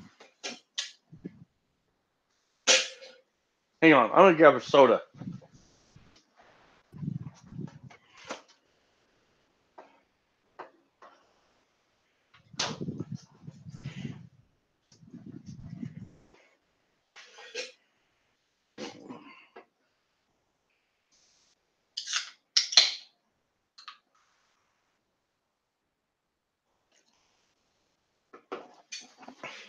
Diet. I hardly ever drink diet. It's all we got. Medium speed drag sum says shopping is done. My wife does it. Heck yeah. I mean, that link doesn't work. Let me send it. Let me try it again. Guys, these ladies love to shop, man. They love to shop.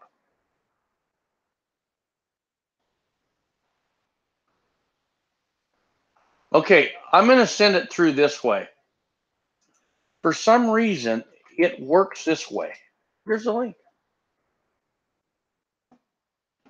If someone else wants to jump on and say hi, hit the link.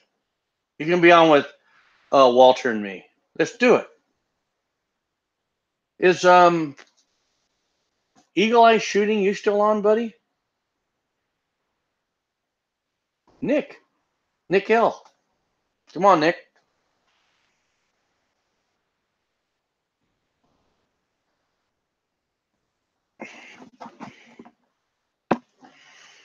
A Slimfire, hi, boy, are you still doing a 38 357 live stream?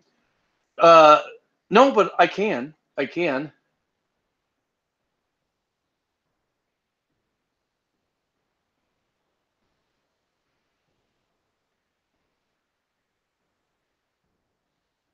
That doesn't work, huh?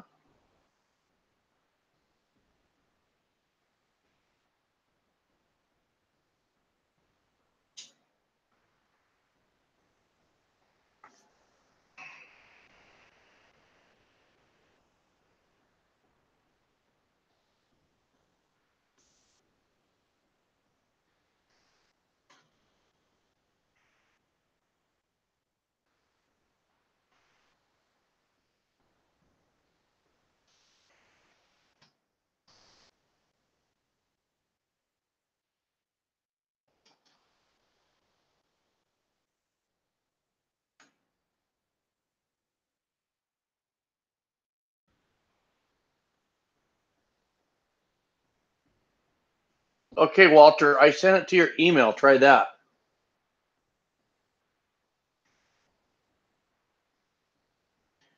I don't know why that would cause an error. I really don't.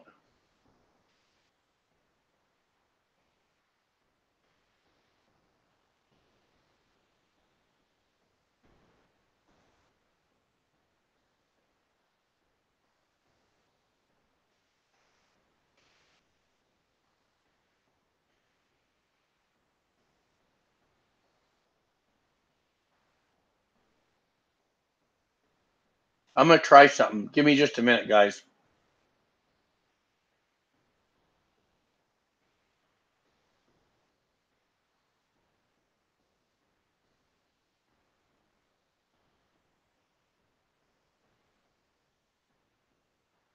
Did you guys know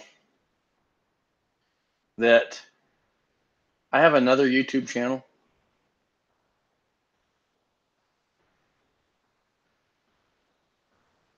I have like 4 YouTube channels.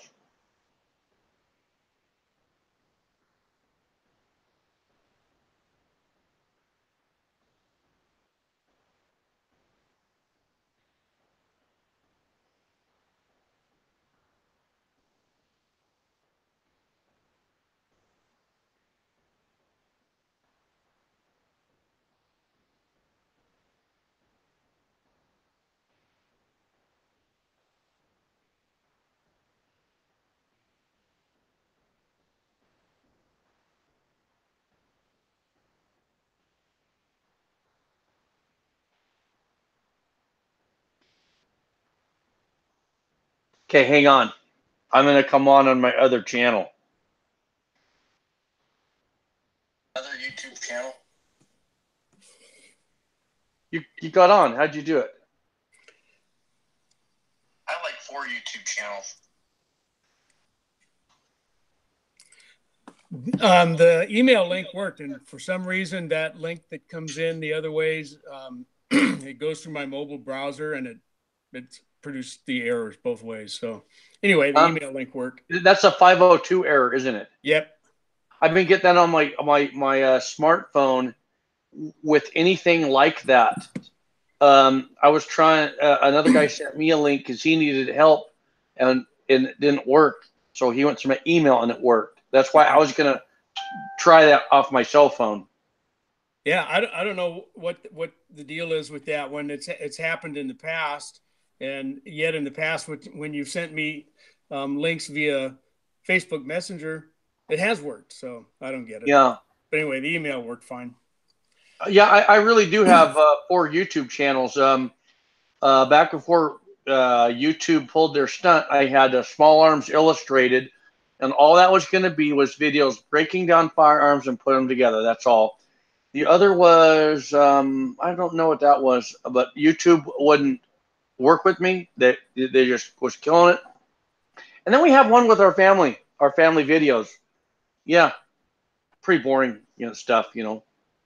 On the family videos one, there is one there where we're all talking, and our mother, my mother-in-law, my wife's mother, she's sitting on this couch, and next to her is her son Jack, and he's asleep, and she's just sitting there talking to him. He's fully asleep, and she's just talking away. It's the funniest thing. Anyway, so what's up there, Walter? Oh, I've been over at my hangar working on the motorcycle. I put my custom shocks had been sent off while the bike was torn down anyway. They were due for a rebuild, so I had got those back installed and still waiting on my new drive shaft to get that in. I got the swing arm in, but anyway, so that's what I was over doing today. Right on. Slimfire, hi boy, do you shoot much 38 357? I need to. You know what I almost did today? I almost did a 38 special on the Dillon Square Deal B. I actually on this. I'm sorry, the Dillon Square Deal B right here. This is set up for 38 caliber. Okay. So I can do either 38 special or 357 mag. Well, I think it's set up for 357, but I'm going to set it up for 38 special, and I want to get another Dillon Square Deal B for 9mm for my wife, and it would just so I'll have two of these.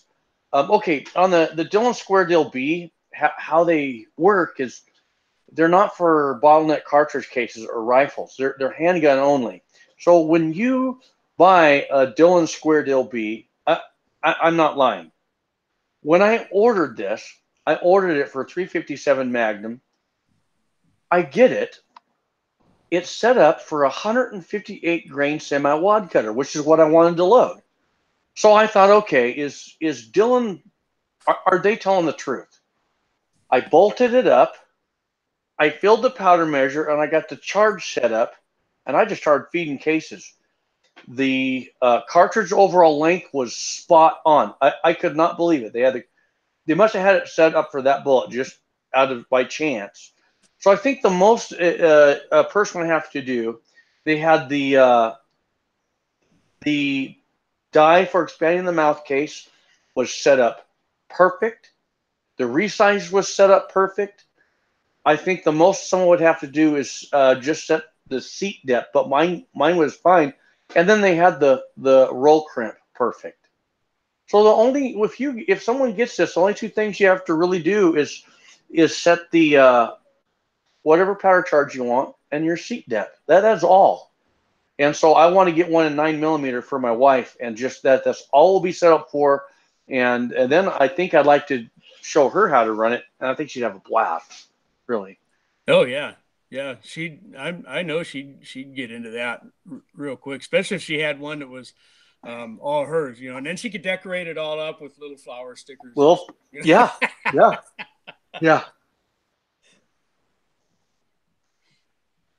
Okay, I don't know what Hex Rex is saying. Oh my, I love a beautiful man in a workroom. Howdy there, beautiful man. I mean, I'm just like, does someone else have a second channel and they're messing with me or something? But anyway, well, thank you. I don't know how to respond to that, but I am married. I want to, point that out. Yeah. Yeah, I would like to point that out. Okay.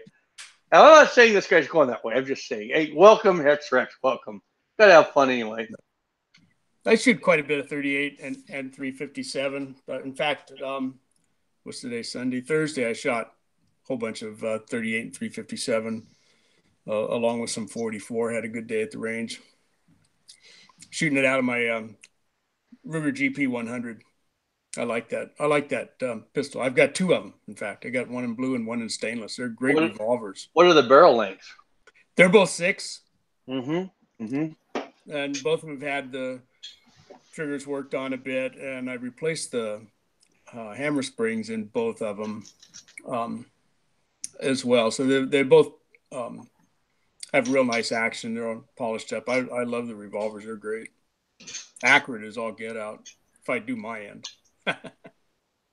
Yeah, I love my GP. I do. I just sold a nice 4-inch to my son-in-law, and it was a beautiful revolver. I sold it to him. I'd like to have a 6-inch. I think a 6-inch is pretty nice, but the 4-inch was pretty optimum. I sold it because, you know, he was wanting a revolver and he liked it, so I sold it. Otherwise, I wouldn't have sold it. You know. Yeah, I like 6-inch. You know, obviously you're not going to probably want to carry something that long, but they're very accurate revolvers with that 6-inch barrel. They do a good job, and you know, when you're putting 357s, you can get them accelerated out of there pretty fast, and so they're going to fly through. So, hey, so I got a question for you. When you're shooting your GP 100, where's the pad of your finger? Is it here or closer to the joint? For double action. Well, for double action, you know, I use a different kind of a trigger finger, more of a stroke than a squeeze, and I have my finger let's see, I got to think now. I'm going to say just ahead of the joint. Compared to if I shoot single action, I have more out on the pad. That's exactly how I do it. When I'm shooting double action, I tend to come up closer to the. I'm not all the way on the joint because then you're pulling the gun. Because you need that leverage to pull that hammer. But when I'm single action, then I come more to the pad, and it's a fine squeeze. You know what I'm saying? Yeah. So yeah, and with double action, and I have to admit to not shooting as much double action even with my DA revolvers as I should. So every once in a while I just tell myself I'm going to go to the range. I'm going to work on my double action trigger, and because even shooting double action, I have a bad habit, and it's a terrible habit of wanting to pull that in until just before where I think it's going to break. Well, then I'm anticipating the break then, and that's stupid. And so I've been trying to get to where I have a steadier pull. It's just a long, continuous stroke. And so that I don't know where it's going to break every time. And I don't anticipate. I shoot a lot better when I do it that way. It's just kind of an old habits die hard. But. Yeah. Hey, Slim is asking about Enforcer powder. Keep them going for a minute. Let me go grab my Western Powders manual. Okay. And Nick Lutzy says he didn't like the grips on his GP. Yeah, they're a little small for me. And so I changed mine out to Hogue rubber grips. They're a little softer in my hand too. I kind of like those, and they're a little bit bigger. And I'm guessing that's what Nick put on his too, because I've seen him with Hogue grips on his single action revolver. But anyway, so yeah, if you're gonna shoot double action, definitely is a different trigger pull. Well, you got some buzzing going on back there, High Boy, or is that me? Yeah, Jay is saying his double action has a light strike. Thinks it could be just fine. Or it could be just me, as in use error. The very first shot needs to be single action, and then double works fine. I don't see that, Jay. If I start with double action, well, oftentimes my very first shot, Jay, is not shot real true with a cold barrel, and so all of my revolvers typically like a couple of rounds to go through first to kind of get things heated up and clear out any cleaning oil and stuff that was left in there from the last cleaning. But I don't think that it has, for me, it doesn't have anything to do whether I'm pulling single or double action for the first round. Okay, I'll say something about that. All right, there is something to that. A double action. All right. The reason this is called a double action, I know Walter knows this, but I'm going to throw a question out there. Why is this called a double action? Can everyone sound off? I want to see if anyone who knows.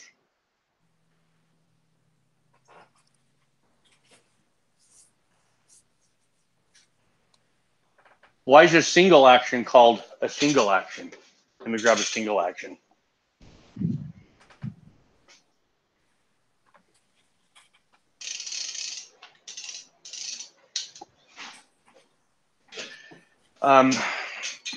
Nick L says 2 movements at once.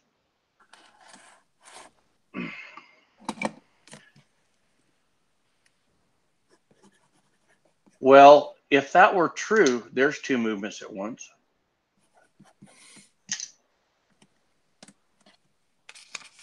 Single function only controls the hammer. Okay.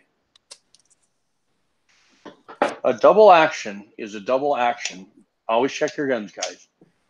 A double action is a double action because the trigger serves 2 functions. Some people think a double action is a double action because you can shoot it this way and this way. No, no, no, no. A double action is a double action because the trigger cocks it and fires it.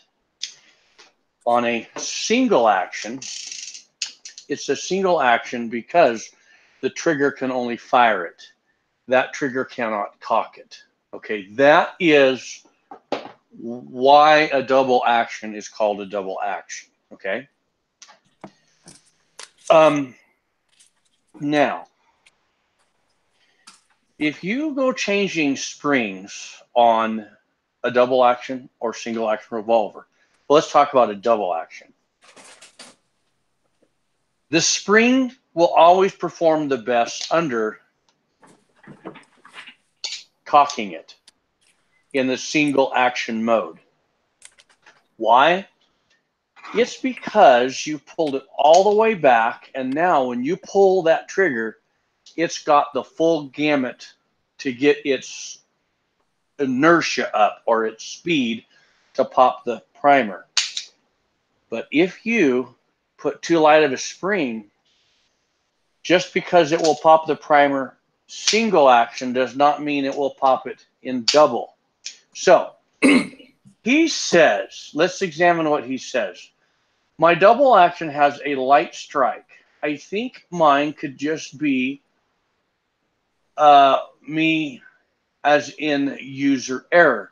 But the very first shot needs to be single action and then double works fine. Okay. This is what's happening.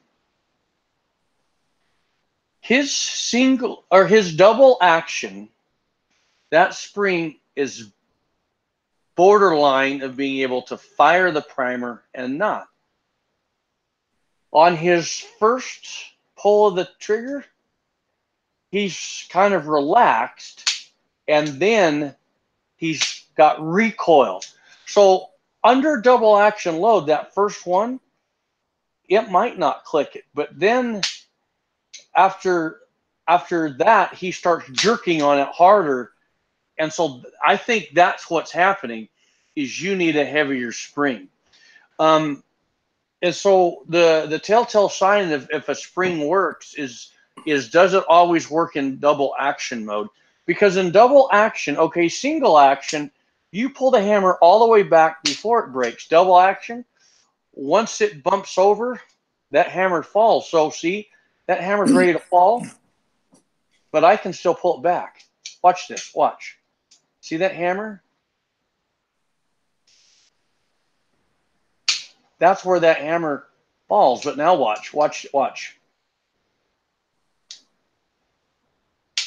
See?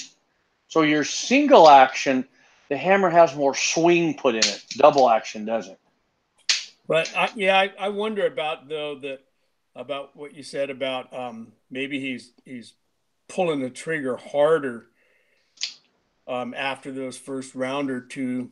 That would seem to me like that might really not make that much difference. Maybe it would, but the double action is going to break when that sear cam's over at that same point every time, right? No matter whether you pull it fast or pull it slow.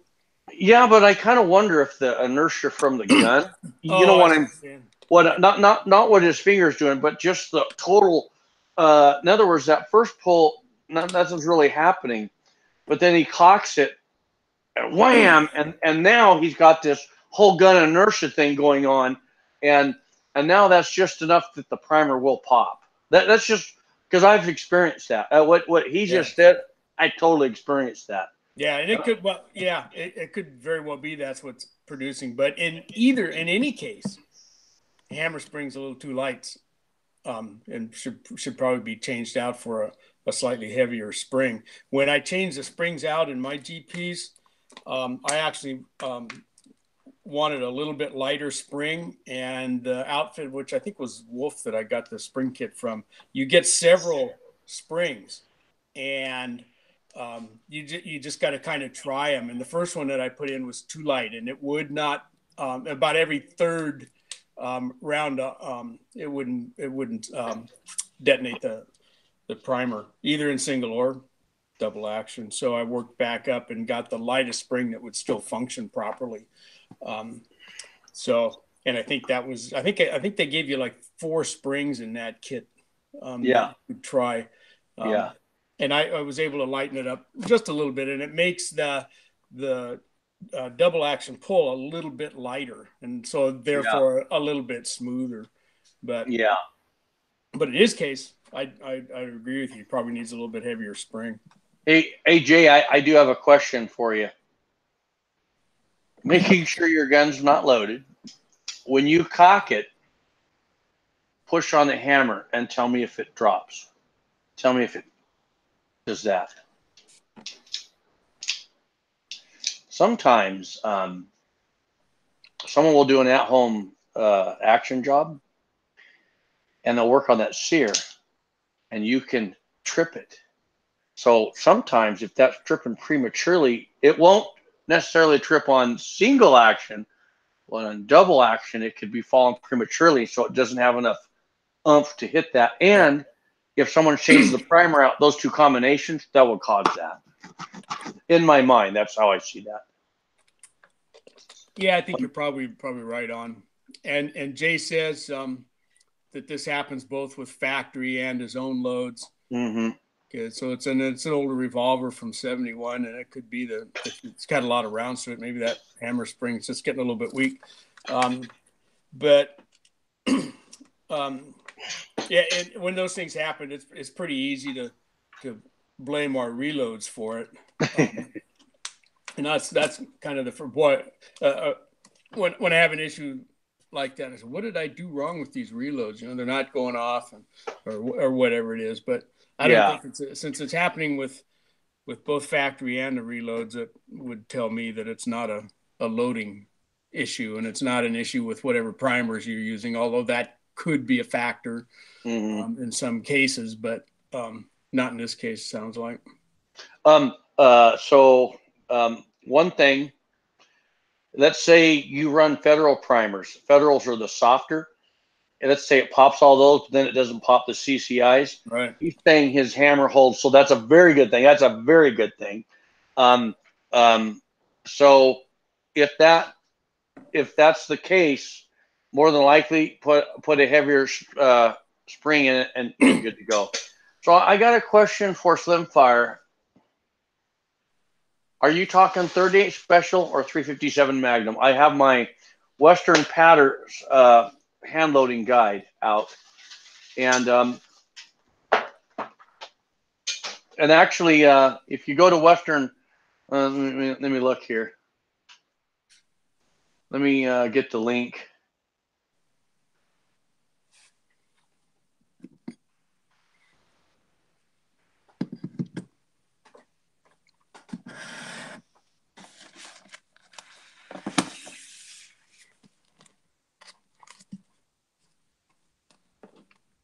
Okay, if you go to my internet's running so slow, but if you go to Western Powder's website, you can purchase this.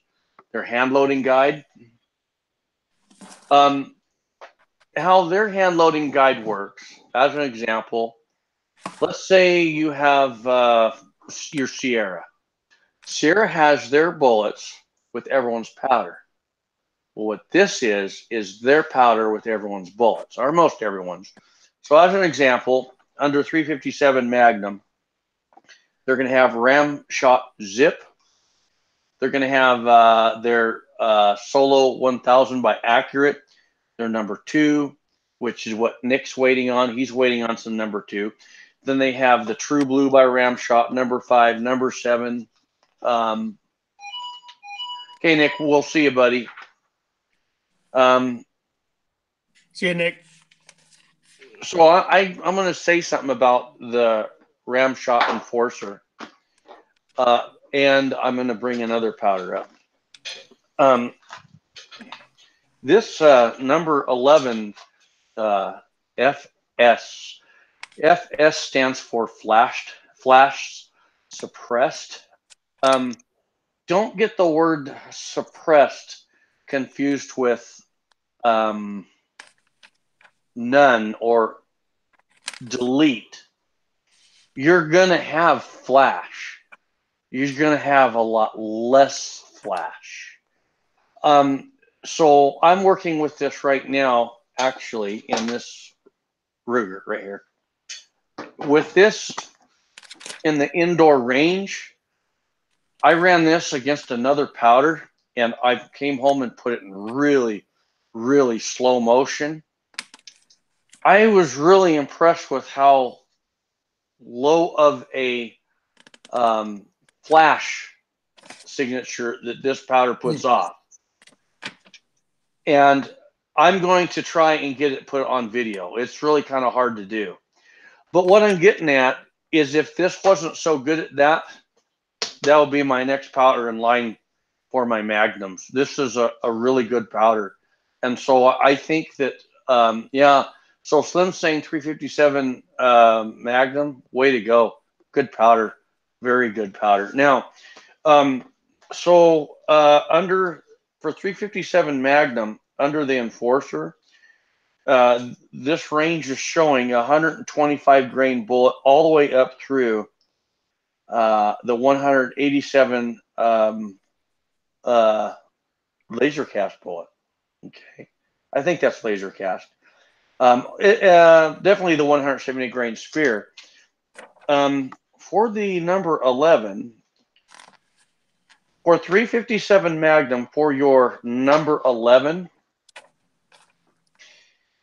you're only talking a 158 grain bullet up to a 200 grain bullet. So these two powders are going to be proportional for burn rate. Now, before I say that, okay, let me pull my burn rate chart up. How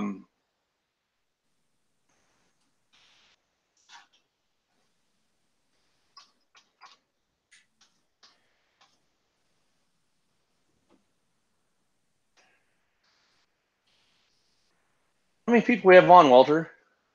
I'm seeing 28. Nice. Okay, so I'm going to the relative burn rate chart by Hodgdon, and I'm looking for both of these powders.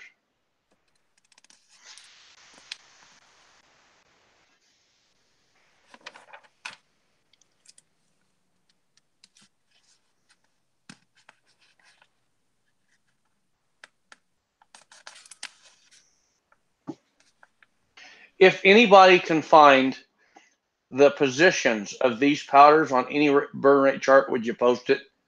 Look up powder burn rate chart. I have number 11 FS. It might be some. Okay, Ramshot Enforcer right here on Hodgdon is position 58.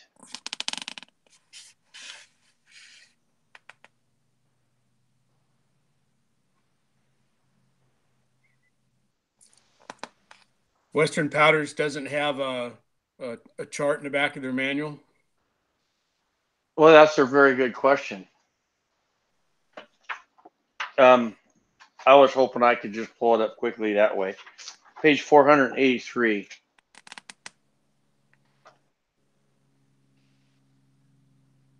That would be too obvious. Just way too obvious. Okay.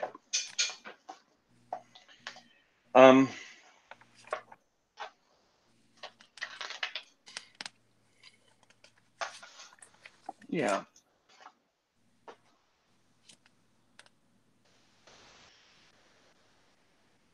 Okay. Number 11, according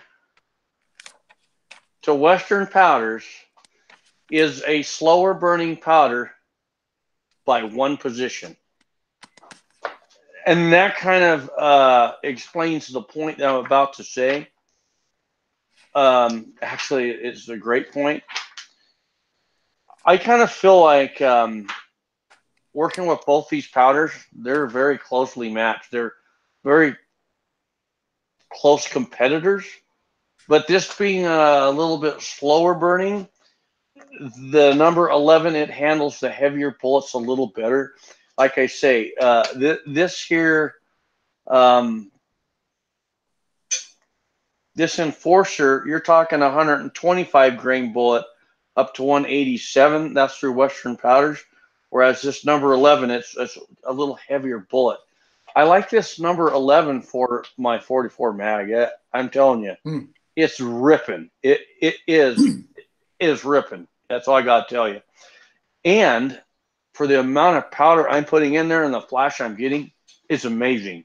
I mean, I'm in a indoor shooting range, and I'm not getting as much muzzle flash off that as I thought I would. So very nice. So I don't know if that answers any questions out there, but I think both these powders would be great. What weight bullet you thinking of running, Slim?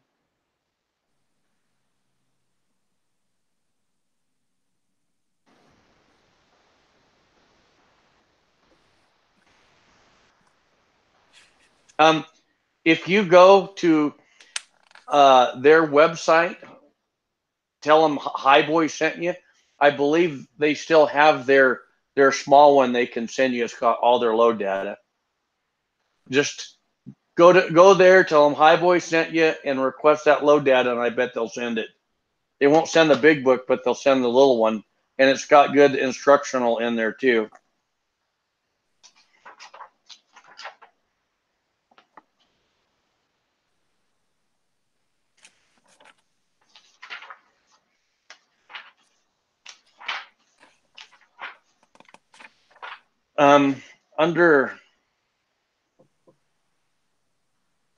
Hang on. Okay. Under the 44 Magnum, both of these powders push the same bullet weight, all the way from 180 grain to 320. They're pretty closely matched. Just this one's flash suppressed. We get the sod on, so we got 27 people. Yeah. What next? We got any questions? What are you working on, Walter? I'm not working on anything today. I'm looking through the LL Bean catalog. Oh, there you go. I thought you were like getting ready to crank a furnace up and start doing some casting and all that. No, actually, I need to. I need to get in and cast some more 9mm. I did some a couple weeks ago and I shot them all already. There you go. Need to go do some more, and I got another big bucket of range scrap I need to do too, and get that turned into ingots. And I probably got 25 pounds of scrap, which will give me 20 pounds of ingots, and 20 pounds of lead for free is worth something. It's a lot of hassle. Well, it isn't really. It's kind of fun. After all of the range scrap I get from one of our outdoor Forest Service approved shooting zones, and every time I go out and shoot, when we can, they close it off during fire season, of course, here in California. But I go out and I mine the berms, and I pick up an amazing amount of lead just off the surface, sitting right on top, right on top of the ground. Pick up all kinds of stuff, and every time I go, I'll pick up 4 or 5 pounds of lead, and then when I get 25, 30 pounds or so, I'll bring it home and melt it down, and free is free. It makes the watermelon that much sweeter if it's swiped, right? Yeah, well, so okay, I tried that. I went out to where they shoot, and our ground is pretty hard here. What's the surface like where you're at? Is it soft or hard or? It's actually varied. It's up against a hillside, and so there's a lot of rock, and parts of it are soft, and some of it's not. And I get most of that. It's kind of set up so one side is where the rifle guys go, and the other sides are shorter distances for the pistoleros. And there's a nice big berm back at about 25 yards. Actually, well, I guess it's farther than that. It's closer to 50 yards back. And so a lot of that stuff is sitting literally right on the surface or just underneath, and particularly right after a rain. Since it's on a berm, it's on a slope. And if I get out there right after a little bit of rain, like we've had here lately, in fact, I need to go out there and look, but it tends to wash some of the top stuff away, and there it is. Just like gold, huh? Yeah, it's like I said, it's kind of fun. It's not something you can do when there's a lot of shooters out there, but if I get out there early in the morning and I'm the first guy there, then I'll go pick some up. And we'll see where we're at. We got a lot of lava rocks, so everything gets destroyed. And oh yeah, then where you have dirt, it's so hard that. And so what I did was this is how I found what I found is you got the incline, and where people put their targets up towards the top of that, I went over the crest, and you could see where the bullets had dug the ground out, and you just keep walking, and you'll find them on the ground. And I probably picked up, maybe, I don't know, 40 or 50 bullets, Yeah. But sometimes all you get is a jacket because the lead came out. It slipped the jacket, Right. So when you are melting those, does the lead pretty much come out of the jackets on its own, or do you got to encourage it in some way? Yes and no. If it's a full jacket bullet with no exposed lead base on it, then you got to bite into that jacket and cut it with either a cold chisel, or I use a set of bolt cutters and just cut it. You don't have to cut them all the way through, but you got to break the jacket so the lead will come out. Otherwise, if the lead is totally encased in copper, you're not going to get it out of there. So you look at them, and if there's an exposed lead base, then you don't need to do anything. The lead will come right on out of there. But if it's fully jacketed, then you got to cut it. Right. But most of like the 9mm factory rounds, the bases are exposed, and that's what I find most of. And even 45 ACP, most of them are like that. But you get a few here and there that are fully encased. Plow was saying a metal detector was a good investment to his reloading. I thought about that, but there's so many jackets where the bullet slipped. I mean, just thousands of them out there. I mean, you'd be beep, beep, beep, beep, beep. You might as well just dig and turn everything up, So I do got to say that I like this lead that I found through Missouri Bullets, because for $166, what was it now? I forget. I'm going to go to their website. Hang on.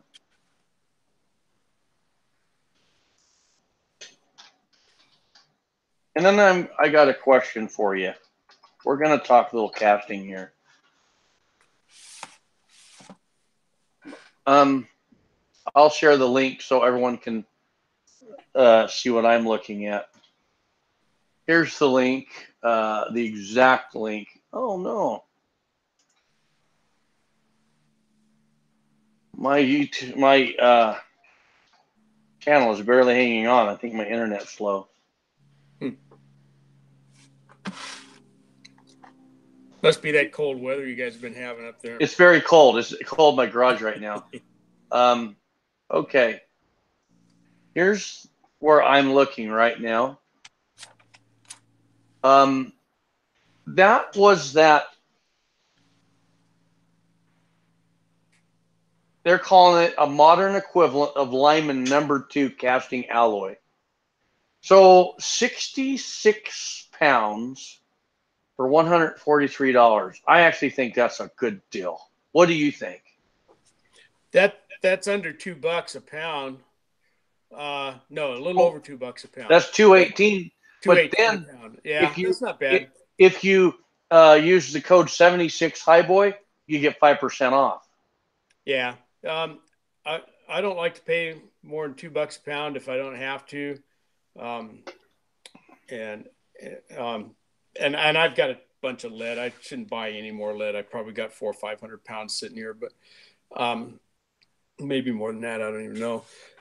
But at one point I had found a guy who had who owned a range, and he collected all his lead.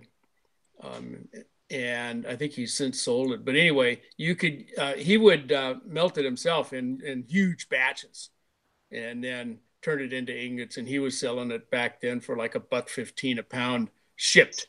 Mm-hmm.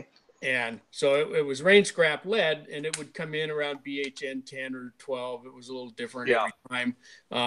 But at that BHN, it was fine for shooting 9mm cast, or if you powder coat it, you could shoot it at just about anything at that. And if I was shooting it out of my heavier guns, like the Magnum rounds, and pushing them up faster, then I'd would powder coat and raise the BHN a little bit, both with some antimony. Okay, well, so I see places around me, local classifieds, and you can get it under $2 a pound, but it's just like you say, it's not a hard cast like what Missouri has, but right. But now this brings me to this. This is one reason I'm not sure I'm ready to order this from Missouri Bullet Company, because I know until I get really good at casting that you can actually lose alloys, such as, okay, I'm learning that when I've got my lead in the furnace and I'm pushing, let's say, 600 degrees, the hotter I get it, the more tin that comes to the top. You see what I'm saying? And it's more of it sticks to the spoon, whereas the colder it is, I don't see that tin separating. Am I seeing that right? Is that what I'm seeing? I don't know. Highboy, I've never had a problem with it separating out, but I stir my pot all the time. And yeah, my pot's up. It's 750 degrees. That's where I cast most. There's a couple molds that don't like it quite that hot, but I try to keep it between 740 and 750, and that's just me. Other guys cast at all kinds of different temperatures. There is no magic temperature. But when I'm running my pot, I keep it stirred up so that won't happen. Yeah. And I'm not convinced that it does anyway. But I do like to have a little bit of tin, and I typically will add a couple nuggets of tin to my range scrap stuff. Yeah. Just because it helps fill out the molds a little bit better. But whenever I started doing that years ago, I just, I stir it. I stir my pot. And there's different ideas about how frequently you need to flux your pot. I do mine several times throughout a casting session. I'll throw some. Okay. And I when just you're saying casting session, are you saying you've got a furnace and you're working off of that one furnace? So yeah, pot full. Yeah. So how long does it take you to cast through a pot full? It's going to vary depending on how many how big your mold is. Yeah. For 20, and this new Lyman pot's a little bit bigger, so I don't have a good answer for that. I've been using my my Elite pot, and they call that a 20-pound pot, but I can never fit 20 pounds of lead in that sucker. About the most I ever get in there is around 16 or 17. And so I can finish that pot off in an hour and a half with a 2-cavity mold, and faster with a 6-cavity, of course. It doesn't take very long to empty that pot out with a 6-cavity mold. If you get it in the sweet spot where it's dropping bullets and you got a good rhythm going, and the mold is maintaining a proper temperature, and you don't have to stop to cool it down. Every once in a while, it get to going too fast, and the mold has to cool a little bit because the bullets start sticking in there. And to me, that's one of the signs that I use that my mold's getting a little too hot, as the bullets start to stick. And so I'll cool the mold a little bit. But anyway, I'm going to say an hour and a half, and I'm done with that pot. So I've done enough anyway, down to the last pound or so. And then okay, so why do you flux? So you say, okay, I'm going to flux 3 times in a session or per pot. Why do you flux periodically? Is it so the alloys don't separate? Yeah, it's related to that. And so I've always been a little bit concerned that the metals might separate up at those higher temperatures. And I really don't know, to tell you the truth, whether they do or not. I know antimony is kind of a weird metal. And when that's in there, it has a very high melting point, and it doesn't seem like it comes out. I don't know whether it does or not, but because I'm not sure, I keep my pot stirred up. Well, when you stir the pot up, remember one time we were talking about up on the surface of your pot, you get kind of that graying over of the surface, and that's some lead oxide that's formed, and that's an impurity. Well, you stir the pot, and now that stuff's down back in there in your mix again, and you want to get rid of that. So I figure if I'm going to stir it, I might as well try fluxing out that lead oxide. And so I'll throw a little bit of candle wax in there, not very much, the size of a grain of corn or a pea or something like that. It doesn't take much, and that helps float that and anything else that's down in there and gets it out of there. But so that's really the only reason. And I know lots of guys who never flux their pot at all after the first time. They'll flux it when they originally mix it, and then if it's a bottom pour pot, they just leave it alone and don't stir their stuff, and they have no problems with it. Yeah. Okay, so, I'm gonna read this instructions for the Marvel X. Okay, I'll step through the instructions, and if you want to maybe relate that over to what you're saying, because what you're saying kind of goes with this. Okay. Preheat the metal stirring rod or spoon at the beginning of each casting session. If you immerse a cold metal stirring rod into hot molten metal, you risk getting splattered with molten lead. Have you ever seen that happen? It's likely to happen if it's damp or if there's any moisture on it. Yeah, that's what I was saying. So, and I just use an old spoon, and I make sure it's dry before I start doing that. And I've never had anything from my stirring spoon. The only time I ever had any kind of a pop in my pot, and it was a decent one, was that I was water quenching my bullets, and then I got to looking around down there in my quench pot, and I found a couple bad ones. Yeah, had slipped by me somehow. Usually I start checking the first 2 or 3 moldfuls and look and make sure they're not wrinkled, and just dump them out on the tray there next to my pot and look at them. And if they look fine, then I throw them in the quench pot. And if they don't look fine, I throw them back in. Well, anyway, into the pot.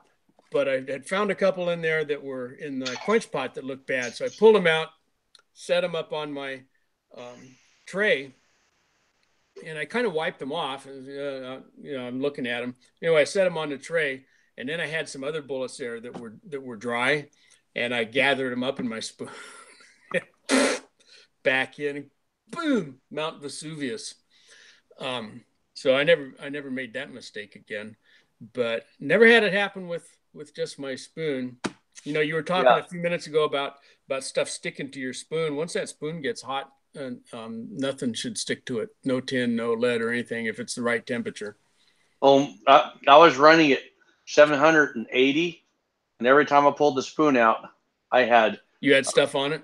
A bright silver layer, and I could not get it off that spoon. I'll be darned. No, I've never had that happen. But about when I was in the 750 range, I didn't so much. That's what made me think, hey, your 10's coming to the top. And so what I did is I fluxed it when I got down to 750. So I wonder if I would have fluxed it at 780 if that 10 would have went back into there. Try it and see. Yeah. Can't hurt it. Yeah. I was at the end of my session, so I didn't, but that's going to be the next thing. Then it says flux at the beginning of each session and every 20 minutes thereafter. So that would mean that what you're saying is about every 20 minutes as that stuff's coming to the top, you want, okay, the definition of alloys is 2 or more metals that you've brought together. So you want to keep this alloy mixture. Well, if you're not fluxing about every 20 minutes, the 10 starts separating, coming more toward the top. And sure enough, I'm reading that's exactly what happens. Exactly. Yeah.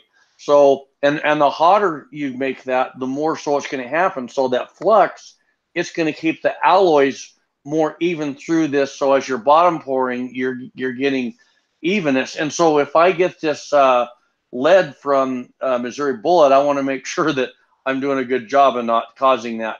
Yeah. Hey, Janito's here. Buenas tardes, ese. ¿Cómo se va?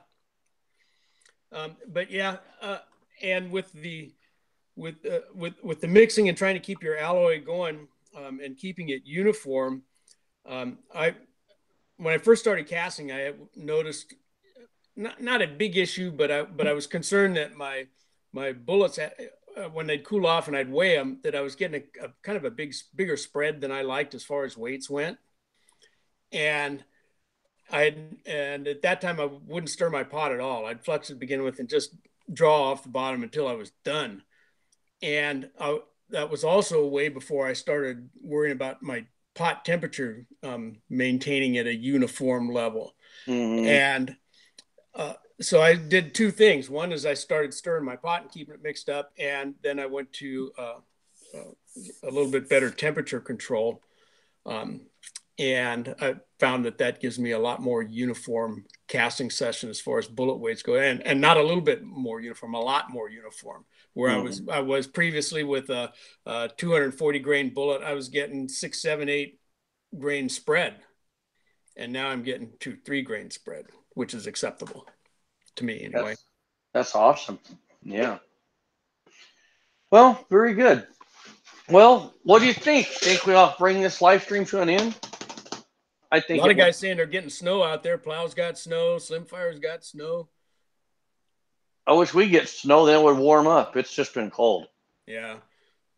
We got a little bit of rain here in California. It's funny. We haven't had any rain for so long. And I think I got 1.5 inches out of 2 storm systems that came through, and we didn't know how to act. We're all concerned. Oh no, we're going to have, slick streets and the mud's going to run and we don't know what to do. And, I haven't had a raincoat for 3 years because we're in a drought. Yeah, right. Yeah. California cold anytime it gets under 60 degrees. Right. All right. Well, that's what we're going to do. So we had a good giveaway and Signal Soldier won. So we had a good live stream. So I'm not sure what we're going to have live stream for this week because it's the Christmas holidays. It's just so busy. Keep an eye on my website, 76highboyreloading.com or 76highboy.com, because I'll always go to the bottom of the homepage, and that's where I post my my next live stream. So keep an eye there. Cool. So, and speaking of giveaways, you guys might remember, I don't know whether it was last time or a couple times ago, I was hinting big time, as strong a hint as I could give to a high boy, saying, hey, I got my new reloading cart going, and I don't have any stickers at all. Well, high boy sent me a whole bunch of stickers, so let me show those to you guys here. Let's see if I can. Yeah, here we go. Whoops. So there we go. I got stickers, man. I got stickers. That is awesome. Here, let me lock that on so the guys can see that. Let me lock it. Hang on. All right. There you go. So there we go. Look at these. Look at those stickers, man. Man. I got BCM there. I got BCM over here. We got our 8N Works. We got, who else we got down? We got Sierra. I like that Sierra one. Looks good on there. And so does the Redding. ready Yeah. on this nice green carpet. Anyway, thanks a lot, High Boy. I appreciate that. Isn't there another sticker you got to show the guys? A special one from Miss High Boy.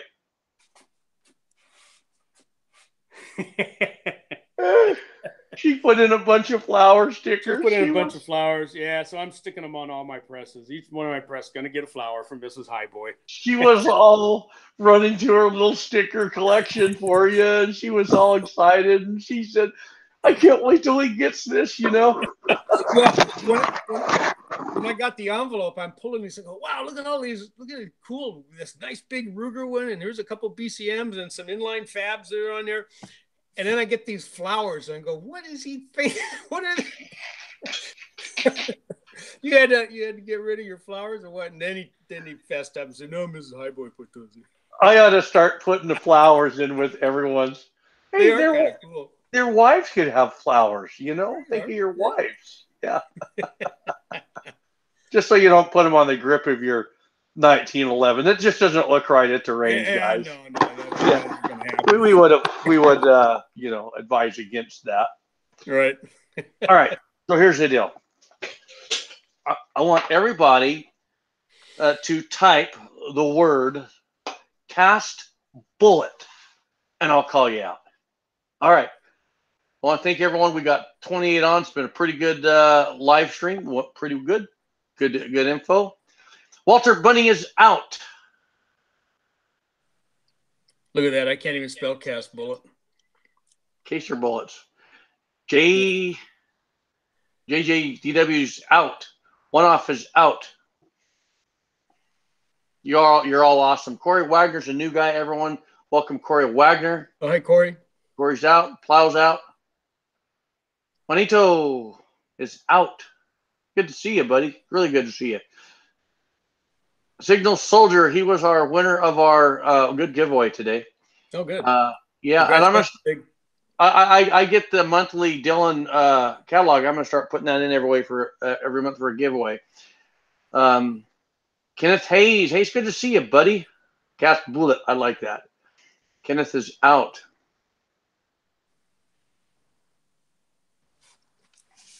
Who else is still here? Well, there's Floyd Hicks. He's out.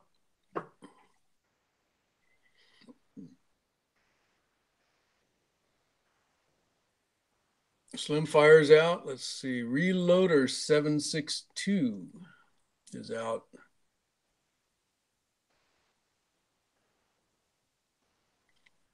We got some good guys on here, don't we, Walter? Heck yeah. We still got still showing 28 here. Yeah, I'm 27. There's one more that likes you than me. Yeah.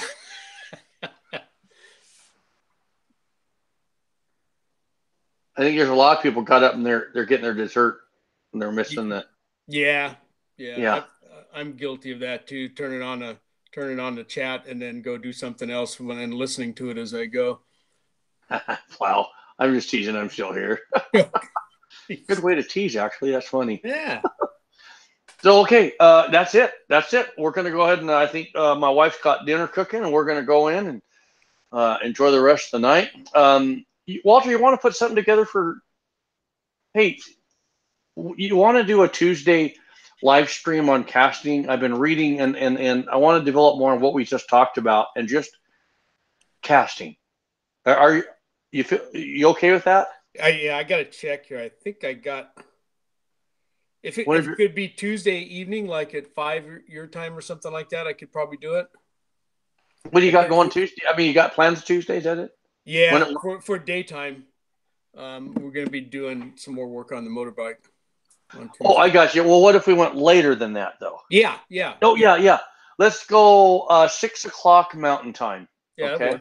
Yeah, I'll post it on my website, and I'll get it set up on YouTube, and you guys will see that. And so plan on that, okay?